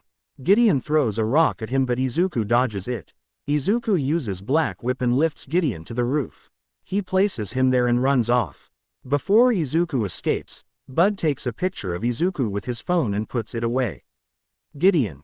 Get me down from here, old man, he shouts at his dad. Bud. Don't worry, I'll get you down, he says as he goes to get a ladder. Gideon. I will find you, and I will destroy you, he shouts to Izuku. Time skip. Izuku lands in front of the mystery shack and goes inside. He closes the door and takes his mask off. Izuku. Phew, okay, I destroyed the amulet and saved the predecessors. Good job me, he says as he high-fives himself. As he does the lights go on and he hears someone cough behind him. He slowly turns around and sees the girls, Dipper, Grunkle Stan, Seuss, Eri and even Mystique. Izuku. I can explain. Wendy. Oh really? Evelyn. Well, can you explain this? She says as Mystique pushes a button on the remote. The TV goes on and the news is on. News reporter. Are we on? Okay, this is the news reporting to you live. We are currently with Gideon as he was robbed by someone. She says as she goes to Gideon. News reporter. And what do you have to say about this? Gideon. It was horrible. I was sleeping in my bed and I woke up and saw a scary man going through my window. I tried to fight him but he was just too strong. He tried to take my amulet but I pushes him and he broke it. News reporter. That must have been a terrifying encounter, but can you explain the huge hole in your house? Gideon. He have powers, the blow a hole in my wall and escaped. News reporter. I see, and we have a photo of what the robber looks like. She says as a photo goes up. News reporter. If you have any information on who this is, please alert the authorities. And they turn the TV off. Izuku. Seuss. Yo, you look cool dude. Wendy. Seuss, that's not the point right now. Tamerby. Izuku, what were you thinking? She says as she shakes Izuku. Izuku. Stop shaking me so I can explain. He says as she lets him go. Izuku. Sigh okay look, when I was asleep one of the Ofa predecessors talked to me. Najire. Whoa, really? Izuku. Yeah, she told me that I had to destroy the amulet as soon as possible. Dipper. What why? Izuku. The amulet wasn't normal, it was magical and it wasn't allowing her to speak to me. Evelyn. Okay, but why did she want to destroy it immediately? Izuku. It was causing the predecessors to fade away. She told me the predecessors used everything they had left to give her the chance to talk to me. Mabel. So that's why you were in such a hurry. Izuku. Yeah, she was running out of time so I had to be quick. Dipper. Okay, but did you have to kick my door down? Izuku. Maybe. Najire. Well, did it work? Izuku. I'm not sure, I'll have to wait until they talk to me again. Grunkle Stan. Well, I don't know what's going on, but I heard you stole something. He says as he rubs his hands together. Izuku. I wouldn't say stealing, more like, borrowing. He says as he pulls a book out of his suit. He shows it to them and two people are shocked. Grunkle Stan. Wait, he found the other one. Dipper. Whoa, that looks like the one I have. He says as he takes his journal out. Grunkle Stan. Wait, Dipper has the other one too. Izuku. Yeah, I noticed you had one like this but the number is different. Dipper. Yeah it does. Izuku. Here, you see what's in it. I'm gonna go back to sleep. He says as he gives Dipper the book and walks back to his room. Tambry. I call dibs on his chest. She says as she grabs Izuku's arm and runs upstairs. Mystique and Eri run with Tamrby. Evelyn. Hey no fair. The girls. Yeah, and they run after them. While Dipper runs up to his room with the journals. Seuss. Well, good night Grunkle Stan. He says as he walks out of the living room. Grunkle Stan. How did the kid find the journal? How did Dipper have a journal? And how am I gonna get them both? He says as he walks out of the living room, thinking of ways to get the journals. Time skip. Again. Izuku is asleep with the girls and Eri sleeping with him. As Izuku is sleeping he wakes up in a dark area. Izuku. I'm back, and I can talk this time. He says as he stands up. Izuku. At least I can move now. He then looks around and sees nothing but darkness. Izuku. Nana Shimura. Anyone? He calls out. Izuku. Oh no, was I too late? Nana. No. Izuku turns around and sees Nana. Izuku. Nana Shimura, you're still here. He says as he walks towards her. Izuku. But, where are the others? He says as he looks around. Nana. I don't know, I thought they would come back but, they aren't. Izuku. I'm so sorry, he says as he goes up to her and hugs her. Nana. I failed them, she says as she starts to tear up. Izuku. Don't blame yourself. Nana. But, Izuku. Look at me. He says as he holds her cheek. Izuku. You couldn't stop it, we tried to save them but it was too late, don't blame yourself for something we couldn't stop, okay? He says as he has tears in his eyes. Nana nods as she starts to cry. Izuku hugs her as she falls to her knees. She cries into his shoulder and he comforts her as he has tears run down his face. We start the day off as we see Izuku still in bed. It's the middle of the day and Izuku is alone in bed. As he is asleep, Mystique walks into the room and sees Izuku is still asleep. Mystique. Izuku's still asleep. She thinks to herself as she runs up to his bed and jumps up to it. She goes in front of his face and tries to wake him up. Mystique. Izuku, wake up. He doesn't and she starts to get irritated. She then puts her paws on his face and shakes his face to wake him up. Mystique. Fine, I guess we're doing this the hard way. He doesn't and she has enough. She jumps over his shoulder and bites his ear with her sharp teeth. Izuku. Ow, he shouts as he sits up and holds his ear. He looks around and sees Mystique sitting on his pillow. Izuku. Was that you? Mystique meows as she walks towards Izuku. Izuku. I'm gonna take that as a yes. He says as Mystique sits on his lap. Izuku. You didn't have to bite my ear. He says as he picks her up. She puts her paw on his nose and he smiles. Izuku. Sigh, I can't stay mad at you. He says as he pets her ears. She purrs as she enjoys the pats. Izuku then puts her down on the floor and gets out of bed. He is shirtless and is walking around in shorts. He doesn't care as he walks out of the room with Mystique following. He goes downstairs and sees no one is around. Izuku. Where is everyone? He says as he scratches the back of his head. As he says that, Mystique walks in front of him and has a note in her mouth. She puts it down on the floor and taps it with her paw. He picks it up and reads it. Hey Izuku, if you're wondering where we are at the mall right now. We didn't want to wake you up and we took Eri with us. We'll be back soon, hugs and kisses. Mabel. Izuku. Huh, I guess it's just you and me Mystique. He says as he picks her up. He holds her in his arms and goes to his room. As he does, Mystique is blushing as she can feel his muscles rub against her fur. Mystique. 0. He enters his room and sits her on the bed. He then goes to the closet and begins to change. As he does, Mystique watches and she blushes harder. Mystique.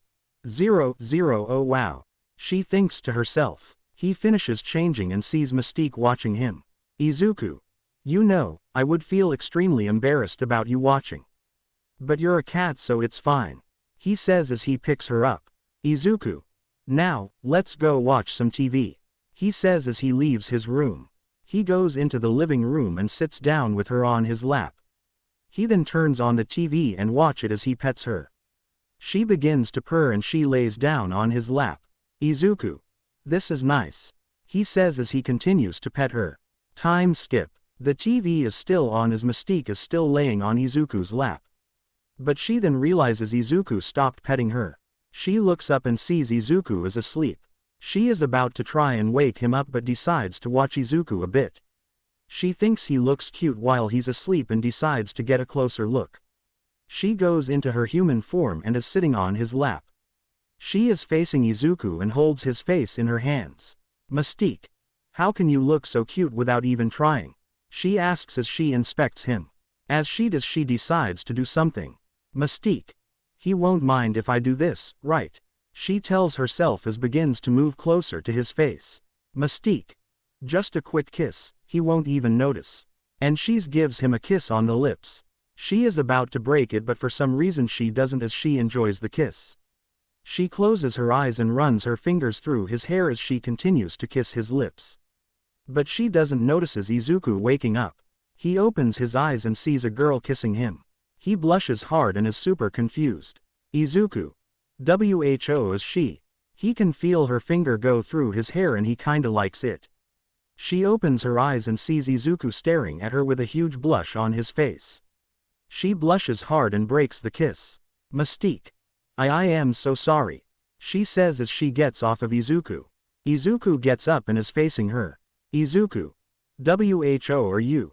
And why were you kissing me? He questions her as he has a blush on his face. Mystique. Izuku, it's me. Mystique. Izuku. You're not Mystique. She's a cat, he says as he starts to activate his quirk. Mystique. Wait, I can prove it. Izuku stops and is facing her. Izuku. Prove it, Mystique. Okay, watch. She says as she transforms into a cat. Izuku stares down at Mystique and she meows at him. Izuku. She then transforms back into her human form and is just standing there. Izuku. Wait, he says as he snaps back to reality. Izuku. Why you watched me change? He says as his blush starts to grow. Mystique. Why yeah, she says as she blushes. Izuku sits on the couch and has his face in his hands. Izuku. You don't know how embarrassing this is. He says as he is blushing hard. Izuku takes a deep breath and looks at Mystique. Izuku. So, why were you, kissing me? Mystique. Why you were asleep so when I saw you sleeping, I thought you looked kinda cute and I couldn't help myself. I'm sorry, she says as she is looking down. Izuku. Sigh it's okay but I'm with the other girls. Mystique. Why yeah, I know. She says as she rubs her arm. Mystique. I'm sorry, she says as she starts to tear up. Izuku starts to feel bad and stands up. He walks over to her and hugs her. Izuku. Look, why don't you talk to the girls about it when they get back, okay? Mystique shocked face okay. She says as she hugs him back. Izuku. Now, what do you wanna do while we wait? Mystique. Well, could we go back to She says blushing. Izuku shocked face I guess. He says as he is blushing. She looks to him as she holds his cheek with her hand and begins to kiss him. He holds her waist as she does and she slowly begins to wrap her arms around his neck. He then slips his tongue in and she leans forward, making them fall on the couch. She then breaks the kiss and takes Izuku's hands from her waist and led them to her butt. She makes him squeeze his hands and slightly moans. Izuku. Mystique, maybe we show. But she interrupts him as she kiss him. She slips her tongue back in and Izuku is still holding her by her butt. As she kisses him, she slowly moves her hands down to Izuku's pants. Izuku can feel her hand run against his pants and he breaks the kiss. Izuku. Mystique, we should stop.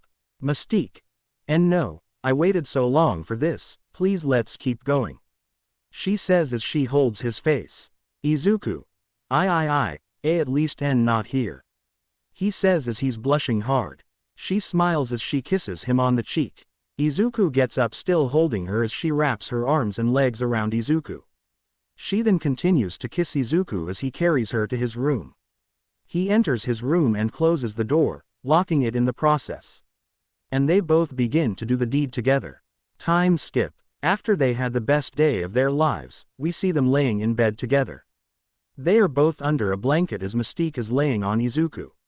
Izuku is petting her ears and she smiles. Mystique. That was amazing. She says as she is breathing heavily. Izuku. Why yeah, it was. He says as he rubs her back. Mystique. We should clean up though, the others will be here soon. Izuku. Yeah, you're right. He says as he sits up with her. Izuku gets off the bed and is about to go to the bathroom. Mystique. You Izuku. Izuku. Yeah, Mystique. I need help. She says as she reaches out for Izuku. Izuku. Alright, sorry. He says as he picks her up. She wraps her arms around Izuku as he holds her by her thighs and walks into the bathroom to take a shower with her. They finish taking a shower and then both leave the bathroom in a towel. Izuku is still carrying her and sits her on the bed. Izuku. Let me get you something to wear. He says as he goes to his closet. Mystique. Okay, she says as she begins to dry her hair with the towel that covered her body. Izuku grabs some clothes and turns around to give her his shirt. He then sees her body and blushes. She sees him staring and blushes as she covers herself. Izuku. Sorry, he says as he gives her his shirt. Mystique. Don't apologize, it's my fault. She says as she takes the shirt and puts it on. It's a bit too big as it can't stay on her shoulder. Izuku. Sorry, it's the only thing I have for you. He says as he starts to change. Mystique. It's okay, I kinda like it. She says as she hugs herself. Izuku. That's good to know. He says as he is fully clothed. Mystique. But I do need something to cover down here. She says as she uses the shirt to cover her area. Izuku. Alright, I'll get your clothes cleaned. He says as he picks up the clothes that are on the floor. He puts them in the basket that sits next to the closet and picks it up. Izuku. I'll be right back, he says as he leaves his room. With Mystique alone, she is just sitting on the bed.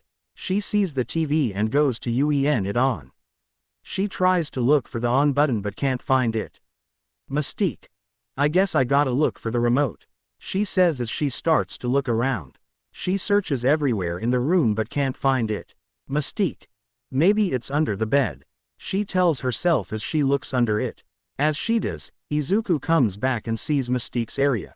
Izuku. 00 I am Mystique. Mystique. Yes, she says as she gets up. She sees Izuku blushing and realizes he saw her area. She blushes out of embarrassment and covers her face. Izuku. What were you doing? Mystique.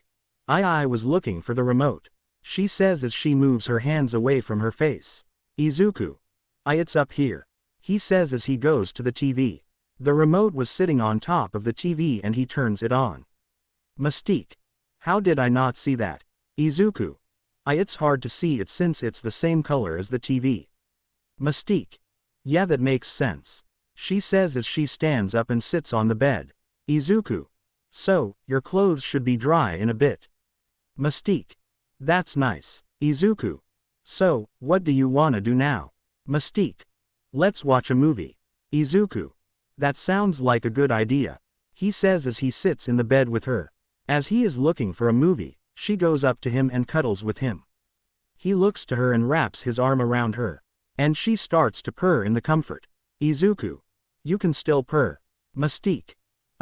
She says as she rubs her head against him. Izuku. That is, kinda nice, he says as he starts to pet her ears and his arm is around her. He puts on a movie and he puts the remote down. He pulls her in and is cuddling with her. She then wraps her tail around Izuku and she smiles. And they fall asleep in each other's arms. After some time, the others arrive and they enter the house. Mabel. Wow, we were there for a long time. Tamerby. I know, but hey, we got a lot of things. Najire. Yeah, like this snow globe, she says as she shakes it. It shows a small model of Gravity Falls with snow falling down on it. Wendy. Out of anything else, why that? Evelyn. Who cares, it's so cool, she says as her and Najire watch it. Tamerby. How do you like your gift, Eri? She asks her as she crouches down to her. Eri. I love it, mama, she says as she shows her. It's a small necklace with a little pink rose on it. Tamerby. And I'm sure Izuku will love it too, she says as she pets her head. Eri. Yeah, let's go show papa, she says as she runs to Izuku's room. The girls follow her and they arrive to his room. They open the door and see Izuku sleeping with Mystique, who is now a cat. Izuku is holding the cat in his arms and Mystique is sleeping as she is purring. Mabel. Aw, that's so cute, she says as she holds her face. Evelyn. Quick, take a picture, she says to Tamerby. Tamerby pulls her phone out and takes a picture. As she does, the flash of the camera wakes Izuku and Mystique up. Izuku. Wah. Mystique. Tired and confused meows. Wendy. Oh, sorry we woke you up, Izuku. Izuku. Oh, hey girls. How was your day? He says as he sits up holding Mystique. Tamerby. It was pretty fun. Najire. Yeah, we even got this snow globe, she says as she sticks it out and shakes it. Evelyn. It's beautiful. Wendy. Yeah, we even got Eri a gift too. Eri. Yeah, look papa, she says as she runs up to him. She shows Izuku her rose necklace and he smiles. Izuku. It looks beautiful, Eri, just like you are, he says as he pets her head. Eri giggles as she hugs him and he hugs her back. As he is hugging Eri, he sees Mystique staring at him and he remembers. Izuku. Girls, I need to talk to you about something. Tamerby. About what? Izuku. Why, you'll see, but first, he says as he stops hugging Eri. Izuku. Hey Eri, why don't you go and see what Dipper is doing? Eri. Okay, she says as she runs out of the room. Wendy closes the door as she leaves and the girls are listening to Izuku. Izuku. Sigh. Okay, it's about Mystique. Mabel. Mystique. Evelyn. You mean the cat. Tamerby. What's wrong with Mystique? Izuku. You'll see. Go ahead, Mystique. As he says that, Mystique transforms and the girls are shocked. They then see Mystique as a girl and she was wearing Izuku's shirt. The girls were shocked and speechless. Izuku. Girls, this is Mystique. Mystique. Hi. She says as she waves to them. Tamerby. So, this whole time, Mystique was a human. Mystique. You could say that. Wendy.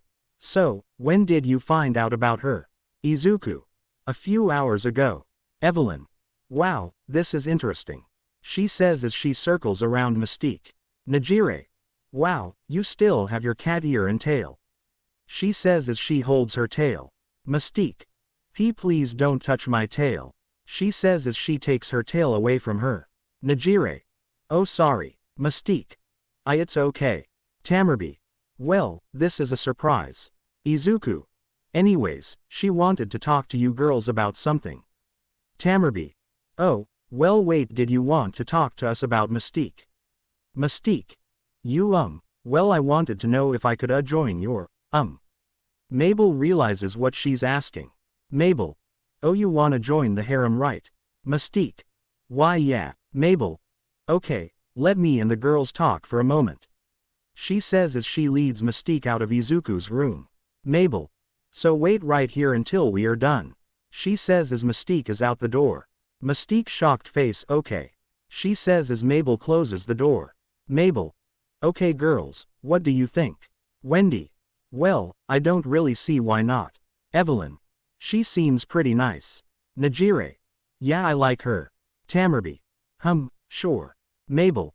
Alright that settles it. She says as she walks to the door. Izuku.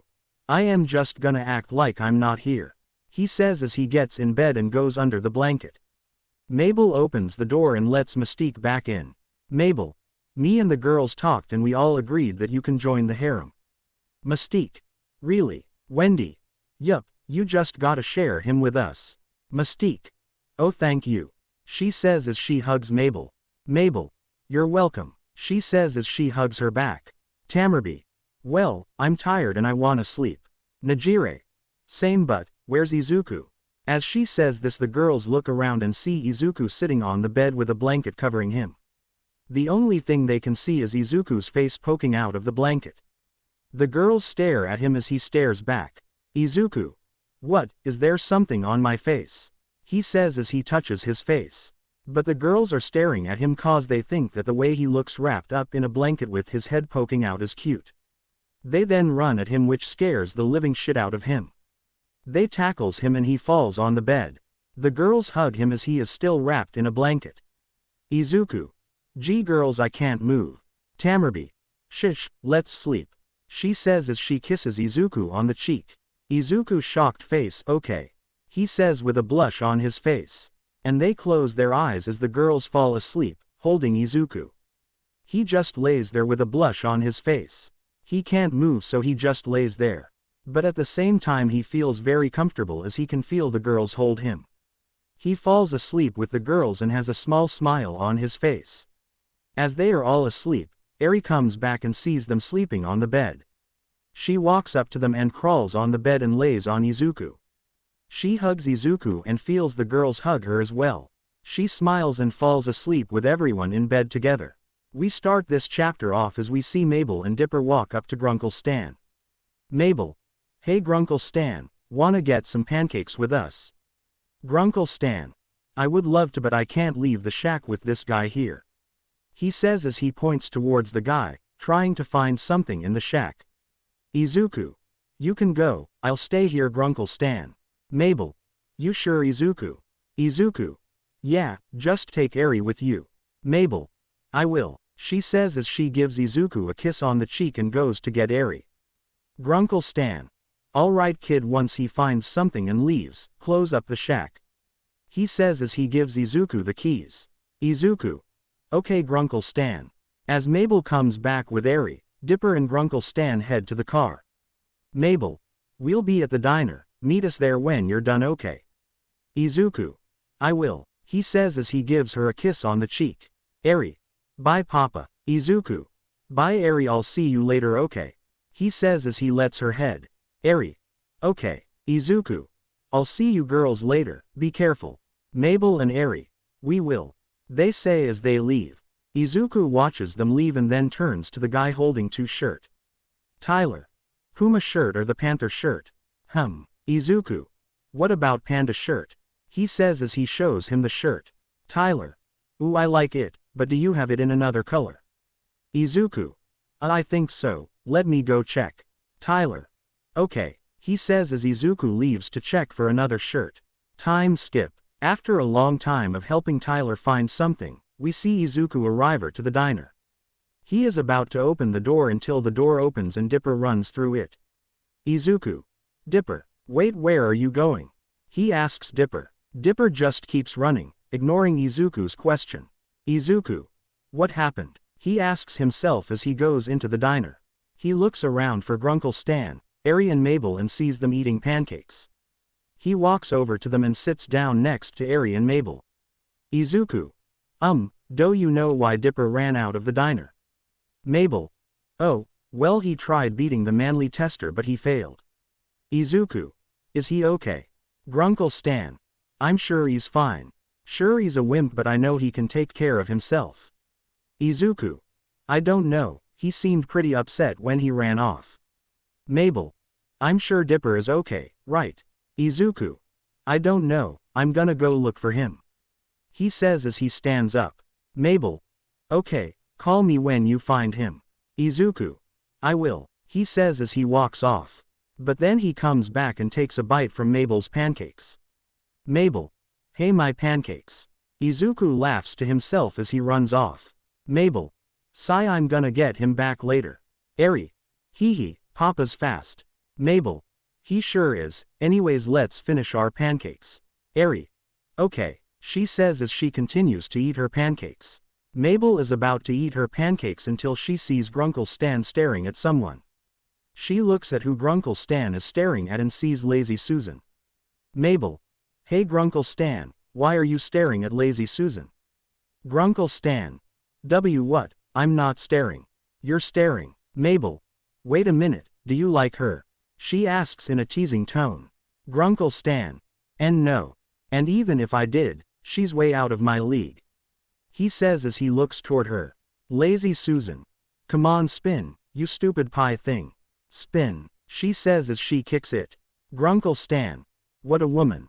Mabel. Oh my god, you do like her. Grunkle Stan. So what if I do? Mabel. Go talk to her, Grunkle Stan, maybe she'll like you back. Grunkle Stan. I don't know, I've never been very good with women, they're so confusing. He says to Mabel. Grunkle Stan. No offense, Mabel. Mabel. None taken, and I'm gonna help you talk to women, even if you don't want it. She says as she eats the whole pancake in one bite. Mabel. Let's go cough. She coughs as she swallows the pancake. Mabel. Cough, you finished Eri. Eri. Yeah, she says as she sounds upset about something. Mabel. Then come on, she says as she picks Eri up. Mabel. We're gonna help Grunkle Stan find love. Eri. Oh, okay. Mabel. Come on, Grunkle Stan. She says as she starts to drag Grunkle Stan out of the diner by his arm. Grunkle Stan. Wait, I didn't finish my pancakes. He says as he reaches out for his pancakes. Grunkle Stan. No. Time skip. We see Izuku walking around town looking for Dipper. He asked the people in town if he had seen him. No one saw him run by and Izuku continues to look for him. He continues to look around until he bumps into a man with a very long white beard. Izuku. Excuse me, have you seen a teen with a maple leaf on his hat? Old man Mugucket. Yup, he went into the forest right over there. He points to the forest. Izuku looks towards it and sees a path followed with destroyed trees. Izuku. How did I not see that? Old man Mugucket. Best be careful now, there are dangerous things in there. He says with a serious tone. Izuku is creeped out by this sudden change of attitude. Old man Mugucket. Have fun. He says as he cartwheels away. Izuku. Okay, he says as he follows the path that leads to the forest. Izuku. He seemed interesting. He thinks to himself. After some time, he hears screaming. Izuku. Dipper. He shouts as he dashes towards the noise. He arrives shortly and sees Dipper staring at the creature from the ground. Izuku dashes in front of Dipper. Dipper. Izuku. Izuku. Dipper, what are you doing out here? Dipper. I was just walking around, when this thing jumped at me. Izuku. Just, stay behind me. He says as he helps Dipper up. Izuku. Okay, who are you? Chutspar. I am Chutspar. He says as he flexes his muscles. Izuku. I didn't actually think he could talk. He whispers to Dipper. Dipper. You what are you? Chutspar. I am a Monitor. Izuku. A Monitor. I thought they were just a myth. Dipper. Apparently not. Izuku. So, why are you here? Chutspar. I could smell beef jerky here. He says as he looks towards the beef jerky Dipper's holding. Chutspar. So, are you gonna finish those? Dipper. And no, you can have em. He says as he gives him the jerky. He takes it and starts eating it. Izuku. Dipper, can I talk to you? Dipper. Oh, yeah sure. They both walk away a bit from Chutspar. Izuku. Dipper, what happened at the diner? Dipper. What do you mean? Izuku. You ran off when I arrived, what's wrong Dipper? He says as he holds his shoulders. Dipper. Well, I just wish I was stronger. Izuku. Why, Dipper? Because people say I'm not manly. Izuku. Manly. Dipper. Why yeah, I tried to win the manliness tester and I lost. Izuku. Dipper, you don't have to. Chutspar. Hey I can help. Izuku and Dipper. Huh. Dipper. How? Chutspar. I could teach you the ways of manliness. He says as he flexes his muscles. Dipper. Really? Chutspar. Yeah, I just need the others' approval. He says as he walks up to Izuku and Dipper. Chutspar. Climb on. He says as he gets on his knee. Dipper is about to get in his back until Izuku stops him. Izuku. Hold on Dipper, let's think for a moment. Dipper. What's there to think about? Izuku. We just met him, I'm not sure going with him deeper in the forest is a smart move. Dipper. You don't get a saying in this, you just met Mystique the other day and you're already a couple. Izuku. Dipper. Exactly, he tells Izuku as he climbs up on Chutspar. Izuku. Sigh I'll follow you guys. Chutspar. Great, now let's go. He says as he dashes into the trees. Izuku. Hey wait up. Izuku says as he dashes after them. Meanwhile, we go back to Mabel and Eri as they are sitting in the living room with the other girls and Grunkle Stan. Mabel. Okay girls listen up, Grunkle Stan has a thing for lazy Susan. Wendy. Oh I know her, she's kinda funny. Mabel. I know, and we're gonna help him talk to her. Najire. I'm sure it'll be easy. Mabel. Alright, let's see how you usually talk to women. She says as she leaves the living room and comes back with Seuss. Evelyn. Why is Seuss in a dress? Mabel. He's gonna help us by acting like lazy Susan. Mystique. Hi Seuss, she says as she waves to him. Seuss. Sup dude. Mabel. Alright Grunkle Stan, show us what you got. She says as she walks back to the girls. Grunkle Stan walks up to Seuss and is standing in front of him. Grunkle Stan. Spitz give me some money. He says as he puts his hand out in front of him. Mabel. Cut, she shouts in the megaphone. Najire. Never mind, this is gonna be hard. The girls. Yup. Meanwhile, we see Izuku and Dipper arrive to a cave. They enter the cave and walk through it as they don't see anything in the dark. Dipper. I can't see a thing in here. Izuku. Hold on I got it. He says as he takes his phone out. He turns the flashlight on his phone and they can see clearly. They continue to walk in until they reach a dead end. Dipper. Either we're lost or your friends are rocks. Chutspar. Hold on a sec. He says as he puts Dipper down. He goes over to the wall and grabs a stalagmite. He pulls it and it makes a clicking noise. The wall then starts to slide to the side and they see torches on the wall. Chutspar. Come on, he says as he rushes in. They both follow Chutspar through the secret entrance and it closes behind them. They walk further in and they hear something up ahead. Chutspar. Just let me do the talking okay. Dipper. Okay. Izuku. They continue and see a civilization of Monitor. Dipper. Wow, it looks amazing in here. Izuku. Yeah, but not the smell though. He says as he covers his nose. Chutzpah. That is the smell of manliness. He says as he flexes again. Chutzpah. Now come, we must talk to the others. He says as he runs off. Dipper and Izuku follow him and arrive to a group of Monitor. Chutzpah. Brothers, I bring guest to our manly cave. He says as he presents Izuku and Dipper. Monitor number 3. They seem kinda skinny. Monitor number 1.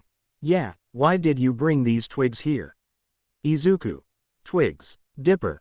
Okay, happy crying face. Chutzpah. This small guy wants to learn our ways of manliness. He says as he puts his huge hand on Dipper's shoulder. Monitor number 2. I don't know, why should we teach a human our ways of being a man? The other Monitors begin to agree with the Monitor. Monitor number 1. Yeah, we will not teach a human our ways. Dipper. What, why? Monitor number 1. You are not worthy. He says as him and the other Monitors begin to leave. Chutzpah. I'm sorry Dipper, it looks like they won't teach you. Dipper. Oh man. Izuku. Well, that isn't manly. As he says that, the Monitors walking away hear Izuku and stop. Monitor number 1. What? Izuku. What? Monitor number 1. What did you say? Izuku. I just said it's not really manly to help someone out. Monitor number 1. And what would you know of being manly? Izuku. Because a friend of mine taught me what it means to be manly. The Monitors begin to talk about what Izuku said. Izuku. So I guess we should just leave, since it looks like you're not as manly as you guys say you are. He says as he walks up to Dipper. Izuku. Come on Dipper, they clearly don't know about what it means to be manly. He says as he puts his arm over Dipper's shoulders. Dipper. Okay. He says as they both begin to leave. Monitor number 1. Wait. He says as he gets in front of them. Monitor number 1. We will teach you how to become a man. Dipper. Really? Monitor number 1. Yes, now come, we must begin your training. He says as he picks Dipper up and runs off with him. Izuku. Hey, wait up. He says as he follows them. After some running, we see them outside and standing in front of a hole. Chutzpah. Alright. For your first test, you must stick your hand in the hole of pain. He says as a Monitor goes up to the hole. He sticks his hand in the hole and screams in pain. He pulls his hand out and runs off, missing a hand. Izuku. No mouth face. Dipper. Frowning face. Chutzpah. Go on. He says as he nudges Dipper. Dipper goes up to the hole and is about to stick his hand in the hole. Izuku. Hold on Dipper, are you sure about this? We could just head back to the shack. Dipper. No, I think I got this. He says as he sticks his hand in the hole. Izuku. Oh God, he says as he covers his eyes. And Dipper screams in pain. Time skip. After hours of training, we go back to Dipper and Izuku as they are in a hot tub. As Dipper trained, Izuku watched him train with the Monitors. Dipper. I gotta say, these last 8 hours have been great. Izuku. Dipper, you almost died like 12 times. Dipper. But I'm still alive. Izuku. Yeah, I guess so. Chutzpah. You have almost finished the test to become a man. Dipper. Alright, what do I have to do next? Chutzpah. Follow me, he says as he gets out of the hot tub with Dipper and Izuku. They walk to a big room with other Monitors standing around. They see a platform with a gigantic chair in the way and a big curtain behind it. Chutzpah. We must speak to the manliest of mans. As he says that, an old Monitor comes out from behind the curtain. Dipper. Is he the one? Chutzpah. No. As he says that, the old Monitor is eaten from above. Izuku and Dipper jump as they see the old Monitor eaten. Chutzpah. He is the sacrifice. He says calmly. Izuku. Sacrifice. He says as he watches the old Monitor being eaten. As the old Monitor is swallowed whole, they realizes how big the giant is. It's a giant Monitor with a huge scar on his chest. Chutzpah. This is our leader, the manliest Monitor we know. Giant Monitor. What brings these humans into my domain? He asks Chutzpah as he sits in his chair. Chutzpah. This boy is here to complete the final test. He says to the giant. Giant Monitor. I see, then let us begin. He says as he stands up. He shoves his hand in his scar and begins to pull something out. As he does, Izuku and Dipper watch in horror as they hear his screams of pain and see him pulling out a bone. He pulls it out and is breathing heavily. It's a spear made of bones and he places it in front of Dipper. Giant Monitor. Your final test is to kill the multi-headed bear. Dipper shocked face okay. He says as he picks up the spear. Dipper. But, where do I go? Giant Monitor. The multi-headed bear lies within the top of the mountain. He tells Dipper as he sits back down on his chair. Dipper. Okay, I got this. He says as he begins to run out. Izuku. Hold on Dipper, I'm not sure this is right. He says as he grabs his shoulder. Dipper. What do you mean? Izuku. I mean, are you really gonna kill someone just to become a man? He says as he turns Dipper around. Dipper. Izuku. Come on, let's just leave Dipper. He says to Dipper as he holds his shoulder. Dipper. But I've gone so far. Izuku.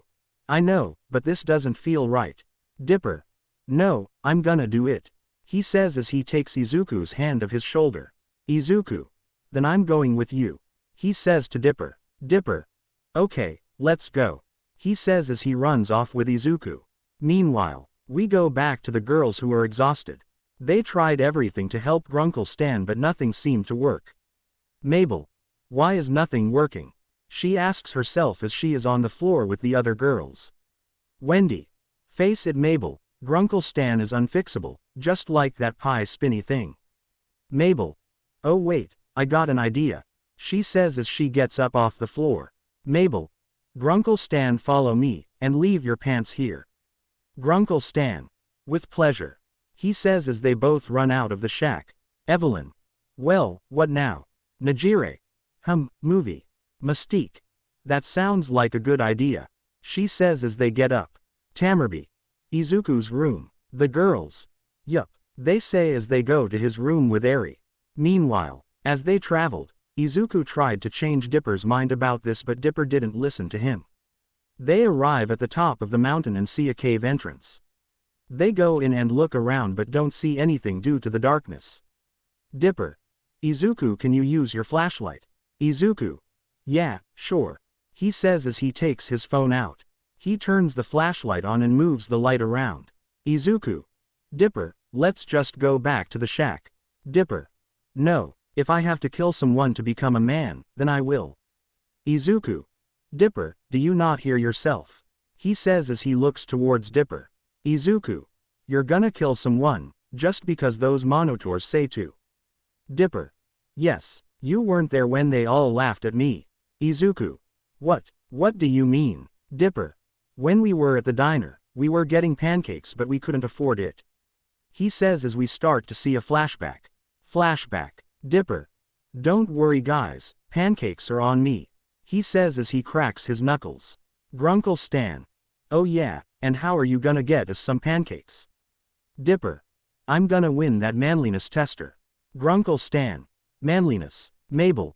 Tester. Dipper. Yeah, Mabel and Grunkle Stan. Ha ha ha. They start laughing while Eri sits next to Dipper. They both are sitting there confused on why they're laughing. Mabel. Look Dipper, you're not the manliest person we know. Grunkle Stan. Yeah, especially what happened last Tuesday. Dipper. It was one time okay. Mabel. What did he do? Grunkle Stan. I caught him singing Disco Girl in the bathroom. Mabel. No way, you were singing Disco Girls. Dipper. What, it's catchy. Eri. Disco Girls. Oh wait, I heard Papa singing something like that before. Mabel. Oh really? Eri. Yeah, and we both sang it together. Mabel. Oh, well that's nice. She says as she pets her head. Dipper. Okay, now watch me win these pancakes. He says as he gets out of his seat and walks over to the manliness tester. As he walks over, people start to watch him and he begins to get nervous. He makes it and begins to prep himself up. Dipper. Okay, I got this. He says as he stretches his fingers. Dipper. I can do this, I can do T. Grunkle Stan. Quit stalling. He shouts, interrupting Dipper. Dipper. Sigh. He grabs the joystick and begins to push it. He struggles to move the joystick but eventually starts moving it. But he gets tired and lets it go. The machine then he's a piece of paper come out and Dipper takes it out. He reads it and it says, Dipper. Cutie patootie. As he says that the diner begins to laugh at him including Mabel and Grunkle Stan. Dipper looks down in embarrassment as he begins to feel his tears well up. The embarrassment overwhelms him and he runs out of the diner. As he leaves, Eri sits there watching everything that happened. She looks towards Mabel and sees that she is laughing with Grunkle Stan. Eri. Why are they laughing and Uncle Dipper? She thinks to herself. Eri. They're being really mean to Uncle Dipper. She says as she looks down to the table. End of flashback. Dipper. They laughed at me because I wasn't strong enough, no. I wasn't man enough to beat the tester. Izuku. Dipper, I had no ide. Before he could finish, they hear a roar behind them. Izuku turns around and his flashlight shows the multi-headed bear. It's a bear with multiple head all over its body. Multi-bear. Who dares come into my domain? He asks the two. Dipper. I am Dipper and I came here to kill you. He says as he walks up to the bear. Multi-bear. Let us begin the fight. He says as he charges at Dipper. Dipper charges at the bear and they both begin to attack each other.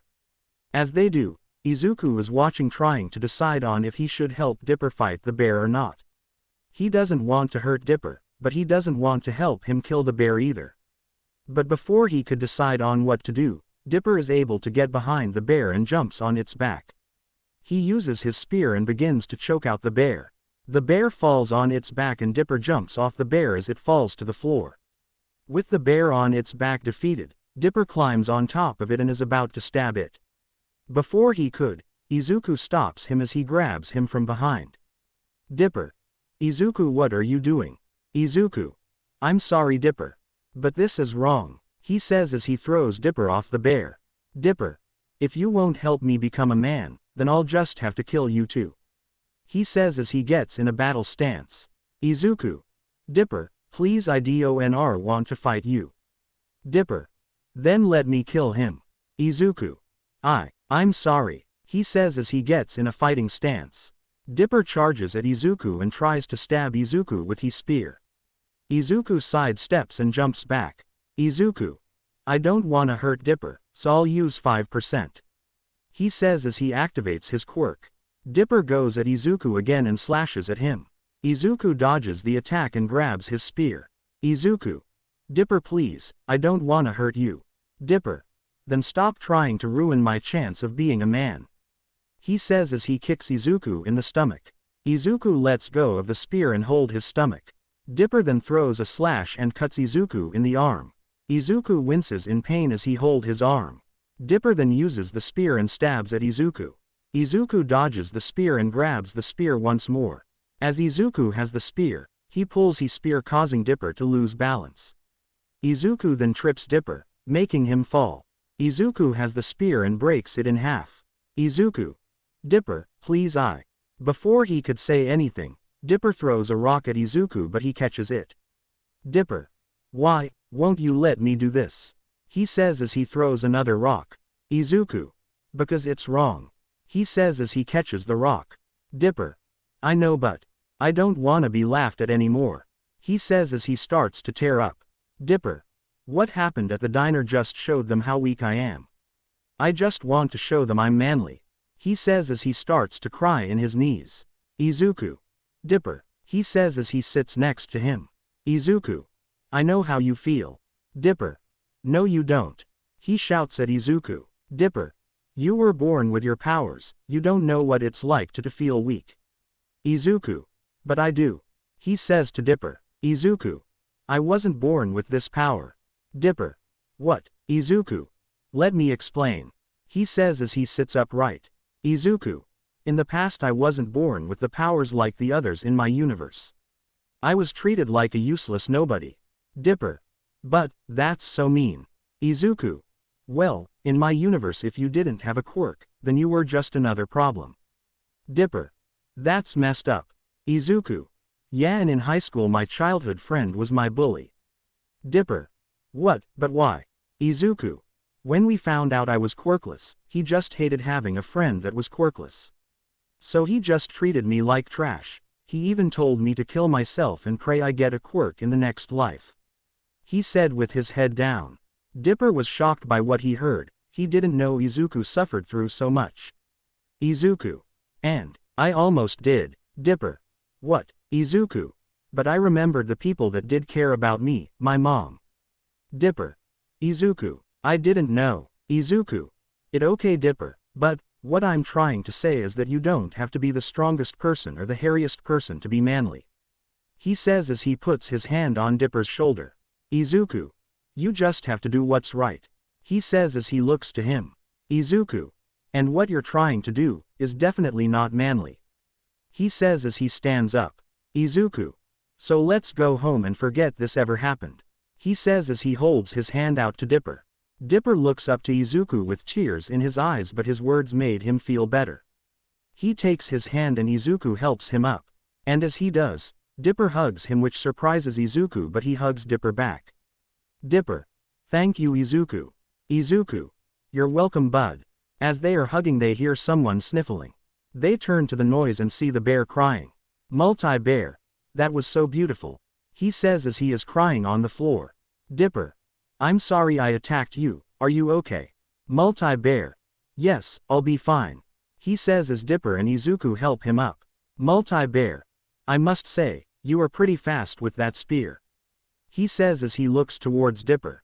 Dipper. Oh right, I'm sorry. Multi-bear. It's okay, I had a fun time. He says as he extends his paw towards Dipper. Dipper takes it and they handshake. Izuku. Alright Dipper, let's get back to the shack. I wanna lay down and do nothing for the rest of the day. He says as he stretches his back. Dipper. Right, let's go. He says as he runs next to Izuku. Multi-bear. Goodbye humans. Dipper. Bye Multi-bear. Izuku. Yeah, bye. And they both leave the cave.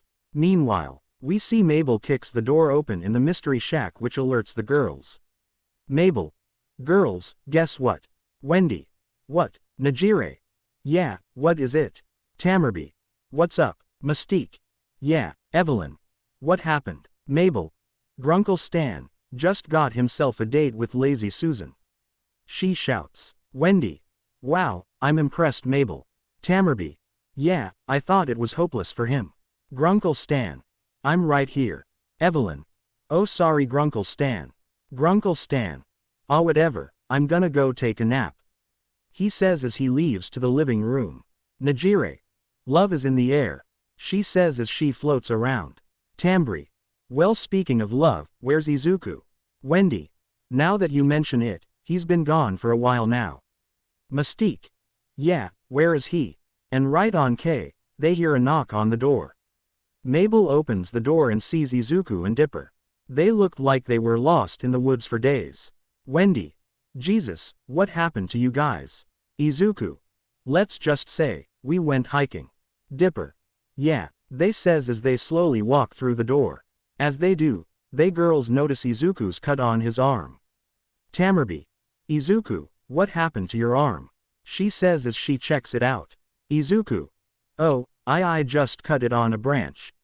It's nothing. Evelyn. I'm just sure Izuku, it looks pretty deep. Mabel. Yeah, we should get that patched up. She says as she touches it. As she does, Izuku winces in pain and the girls notice it. Wendy. Come on, let's clean it up before it gets infected. She says as she takes Izuku's hand and walks him upstairs. As she drags him upstairs, the girls follow them and Dipper goes to his room. Time skip. It's dark outside and they finished patching up Izuku. Wendy. Don't move your arm too much okay? Izuku. I won't, thanks Wendy. He says as he kisses her on the cheek. Wendy. Why yeah, you're welcome. She says as she smiles with a blush. Izuku. Anyways, can I talk to Mabel, alone? He asked the girls. The girls agree and they leave Izuku's room. Mabel. So, what did you want to talk about? She says as she sits on his bed. Izuku. I talked to Dipper, and I wanna know one thing. He says as he looks toward her with a serious face. Mabel gets nervous as she sees his face. Izuku. Why did you laugh at Dipper? Mabel. What do you mean? Izuku. He told me you and Grunkle Stan laughed at him when he tried that manliness tester. Mabel. Oh, well I thought it was funny. Izuku. You thought it was funny. Mabel. Why yeah, Izuku. Did you even know he was crying when the entire diner was laughing at him? Mabel. What? Izuku. So you didn't.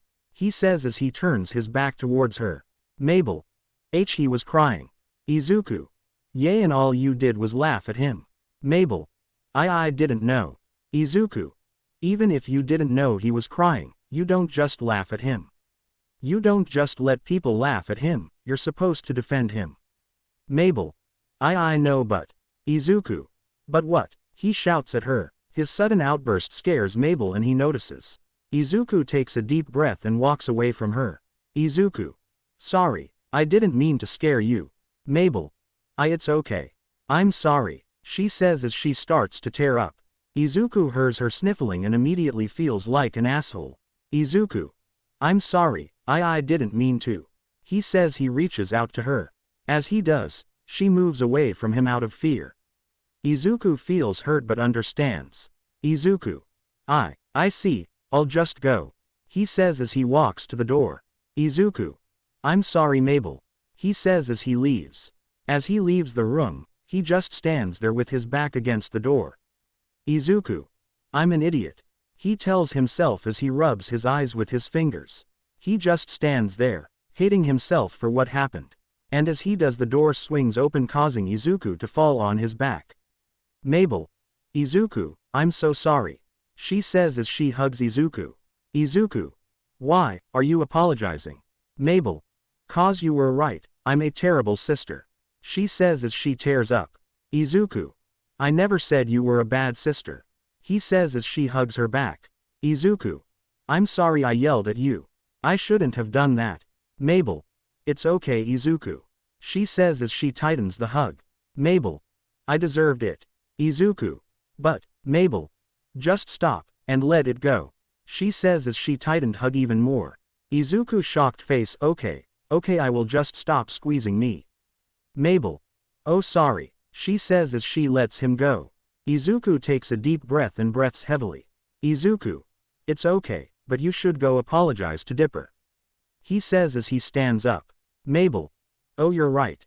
She says as Izuku helps her up. Mabel. Thank you Izuku. She says as she runs off. Izuku. Why you're welcome. He says as he watches her run off. Izuku. Sigh, at least she's better now. He says as he goes into his room. He closes the door and begins to change into something comfortable. He is shirtless and only wearing shorts. Izuku. I'm so tired. He says as he flops on the bed. Izuku. I'm just gonna, zzzzz. And he passes out on the bed. Tamerby. Hey Izuku, are you in here? She asks as she opens the door. She then sees Izuku passed out on the bed. She smiles as she enters the room and closes the door. She takes her shoes off and climbs into bed with Izuku. Tamerby. Good thing the other girls already went home, well except Mystique and Eri. She thinks to herself as she cuddles with Izuku. Tamerby. Speaking of them, where are they? She asks herself. She then sees the door open with Mystique and Eri standing there. Mystique. Hey, I wanna join in. She says as she turns into a cant and runs over to them. Eri. Me too, she says as she runs over to them. They both jump on the bed and cuddle with Izuku. Mystique lays next to Izuku's head in her car form while Eri lays between Tamerby and Izuku.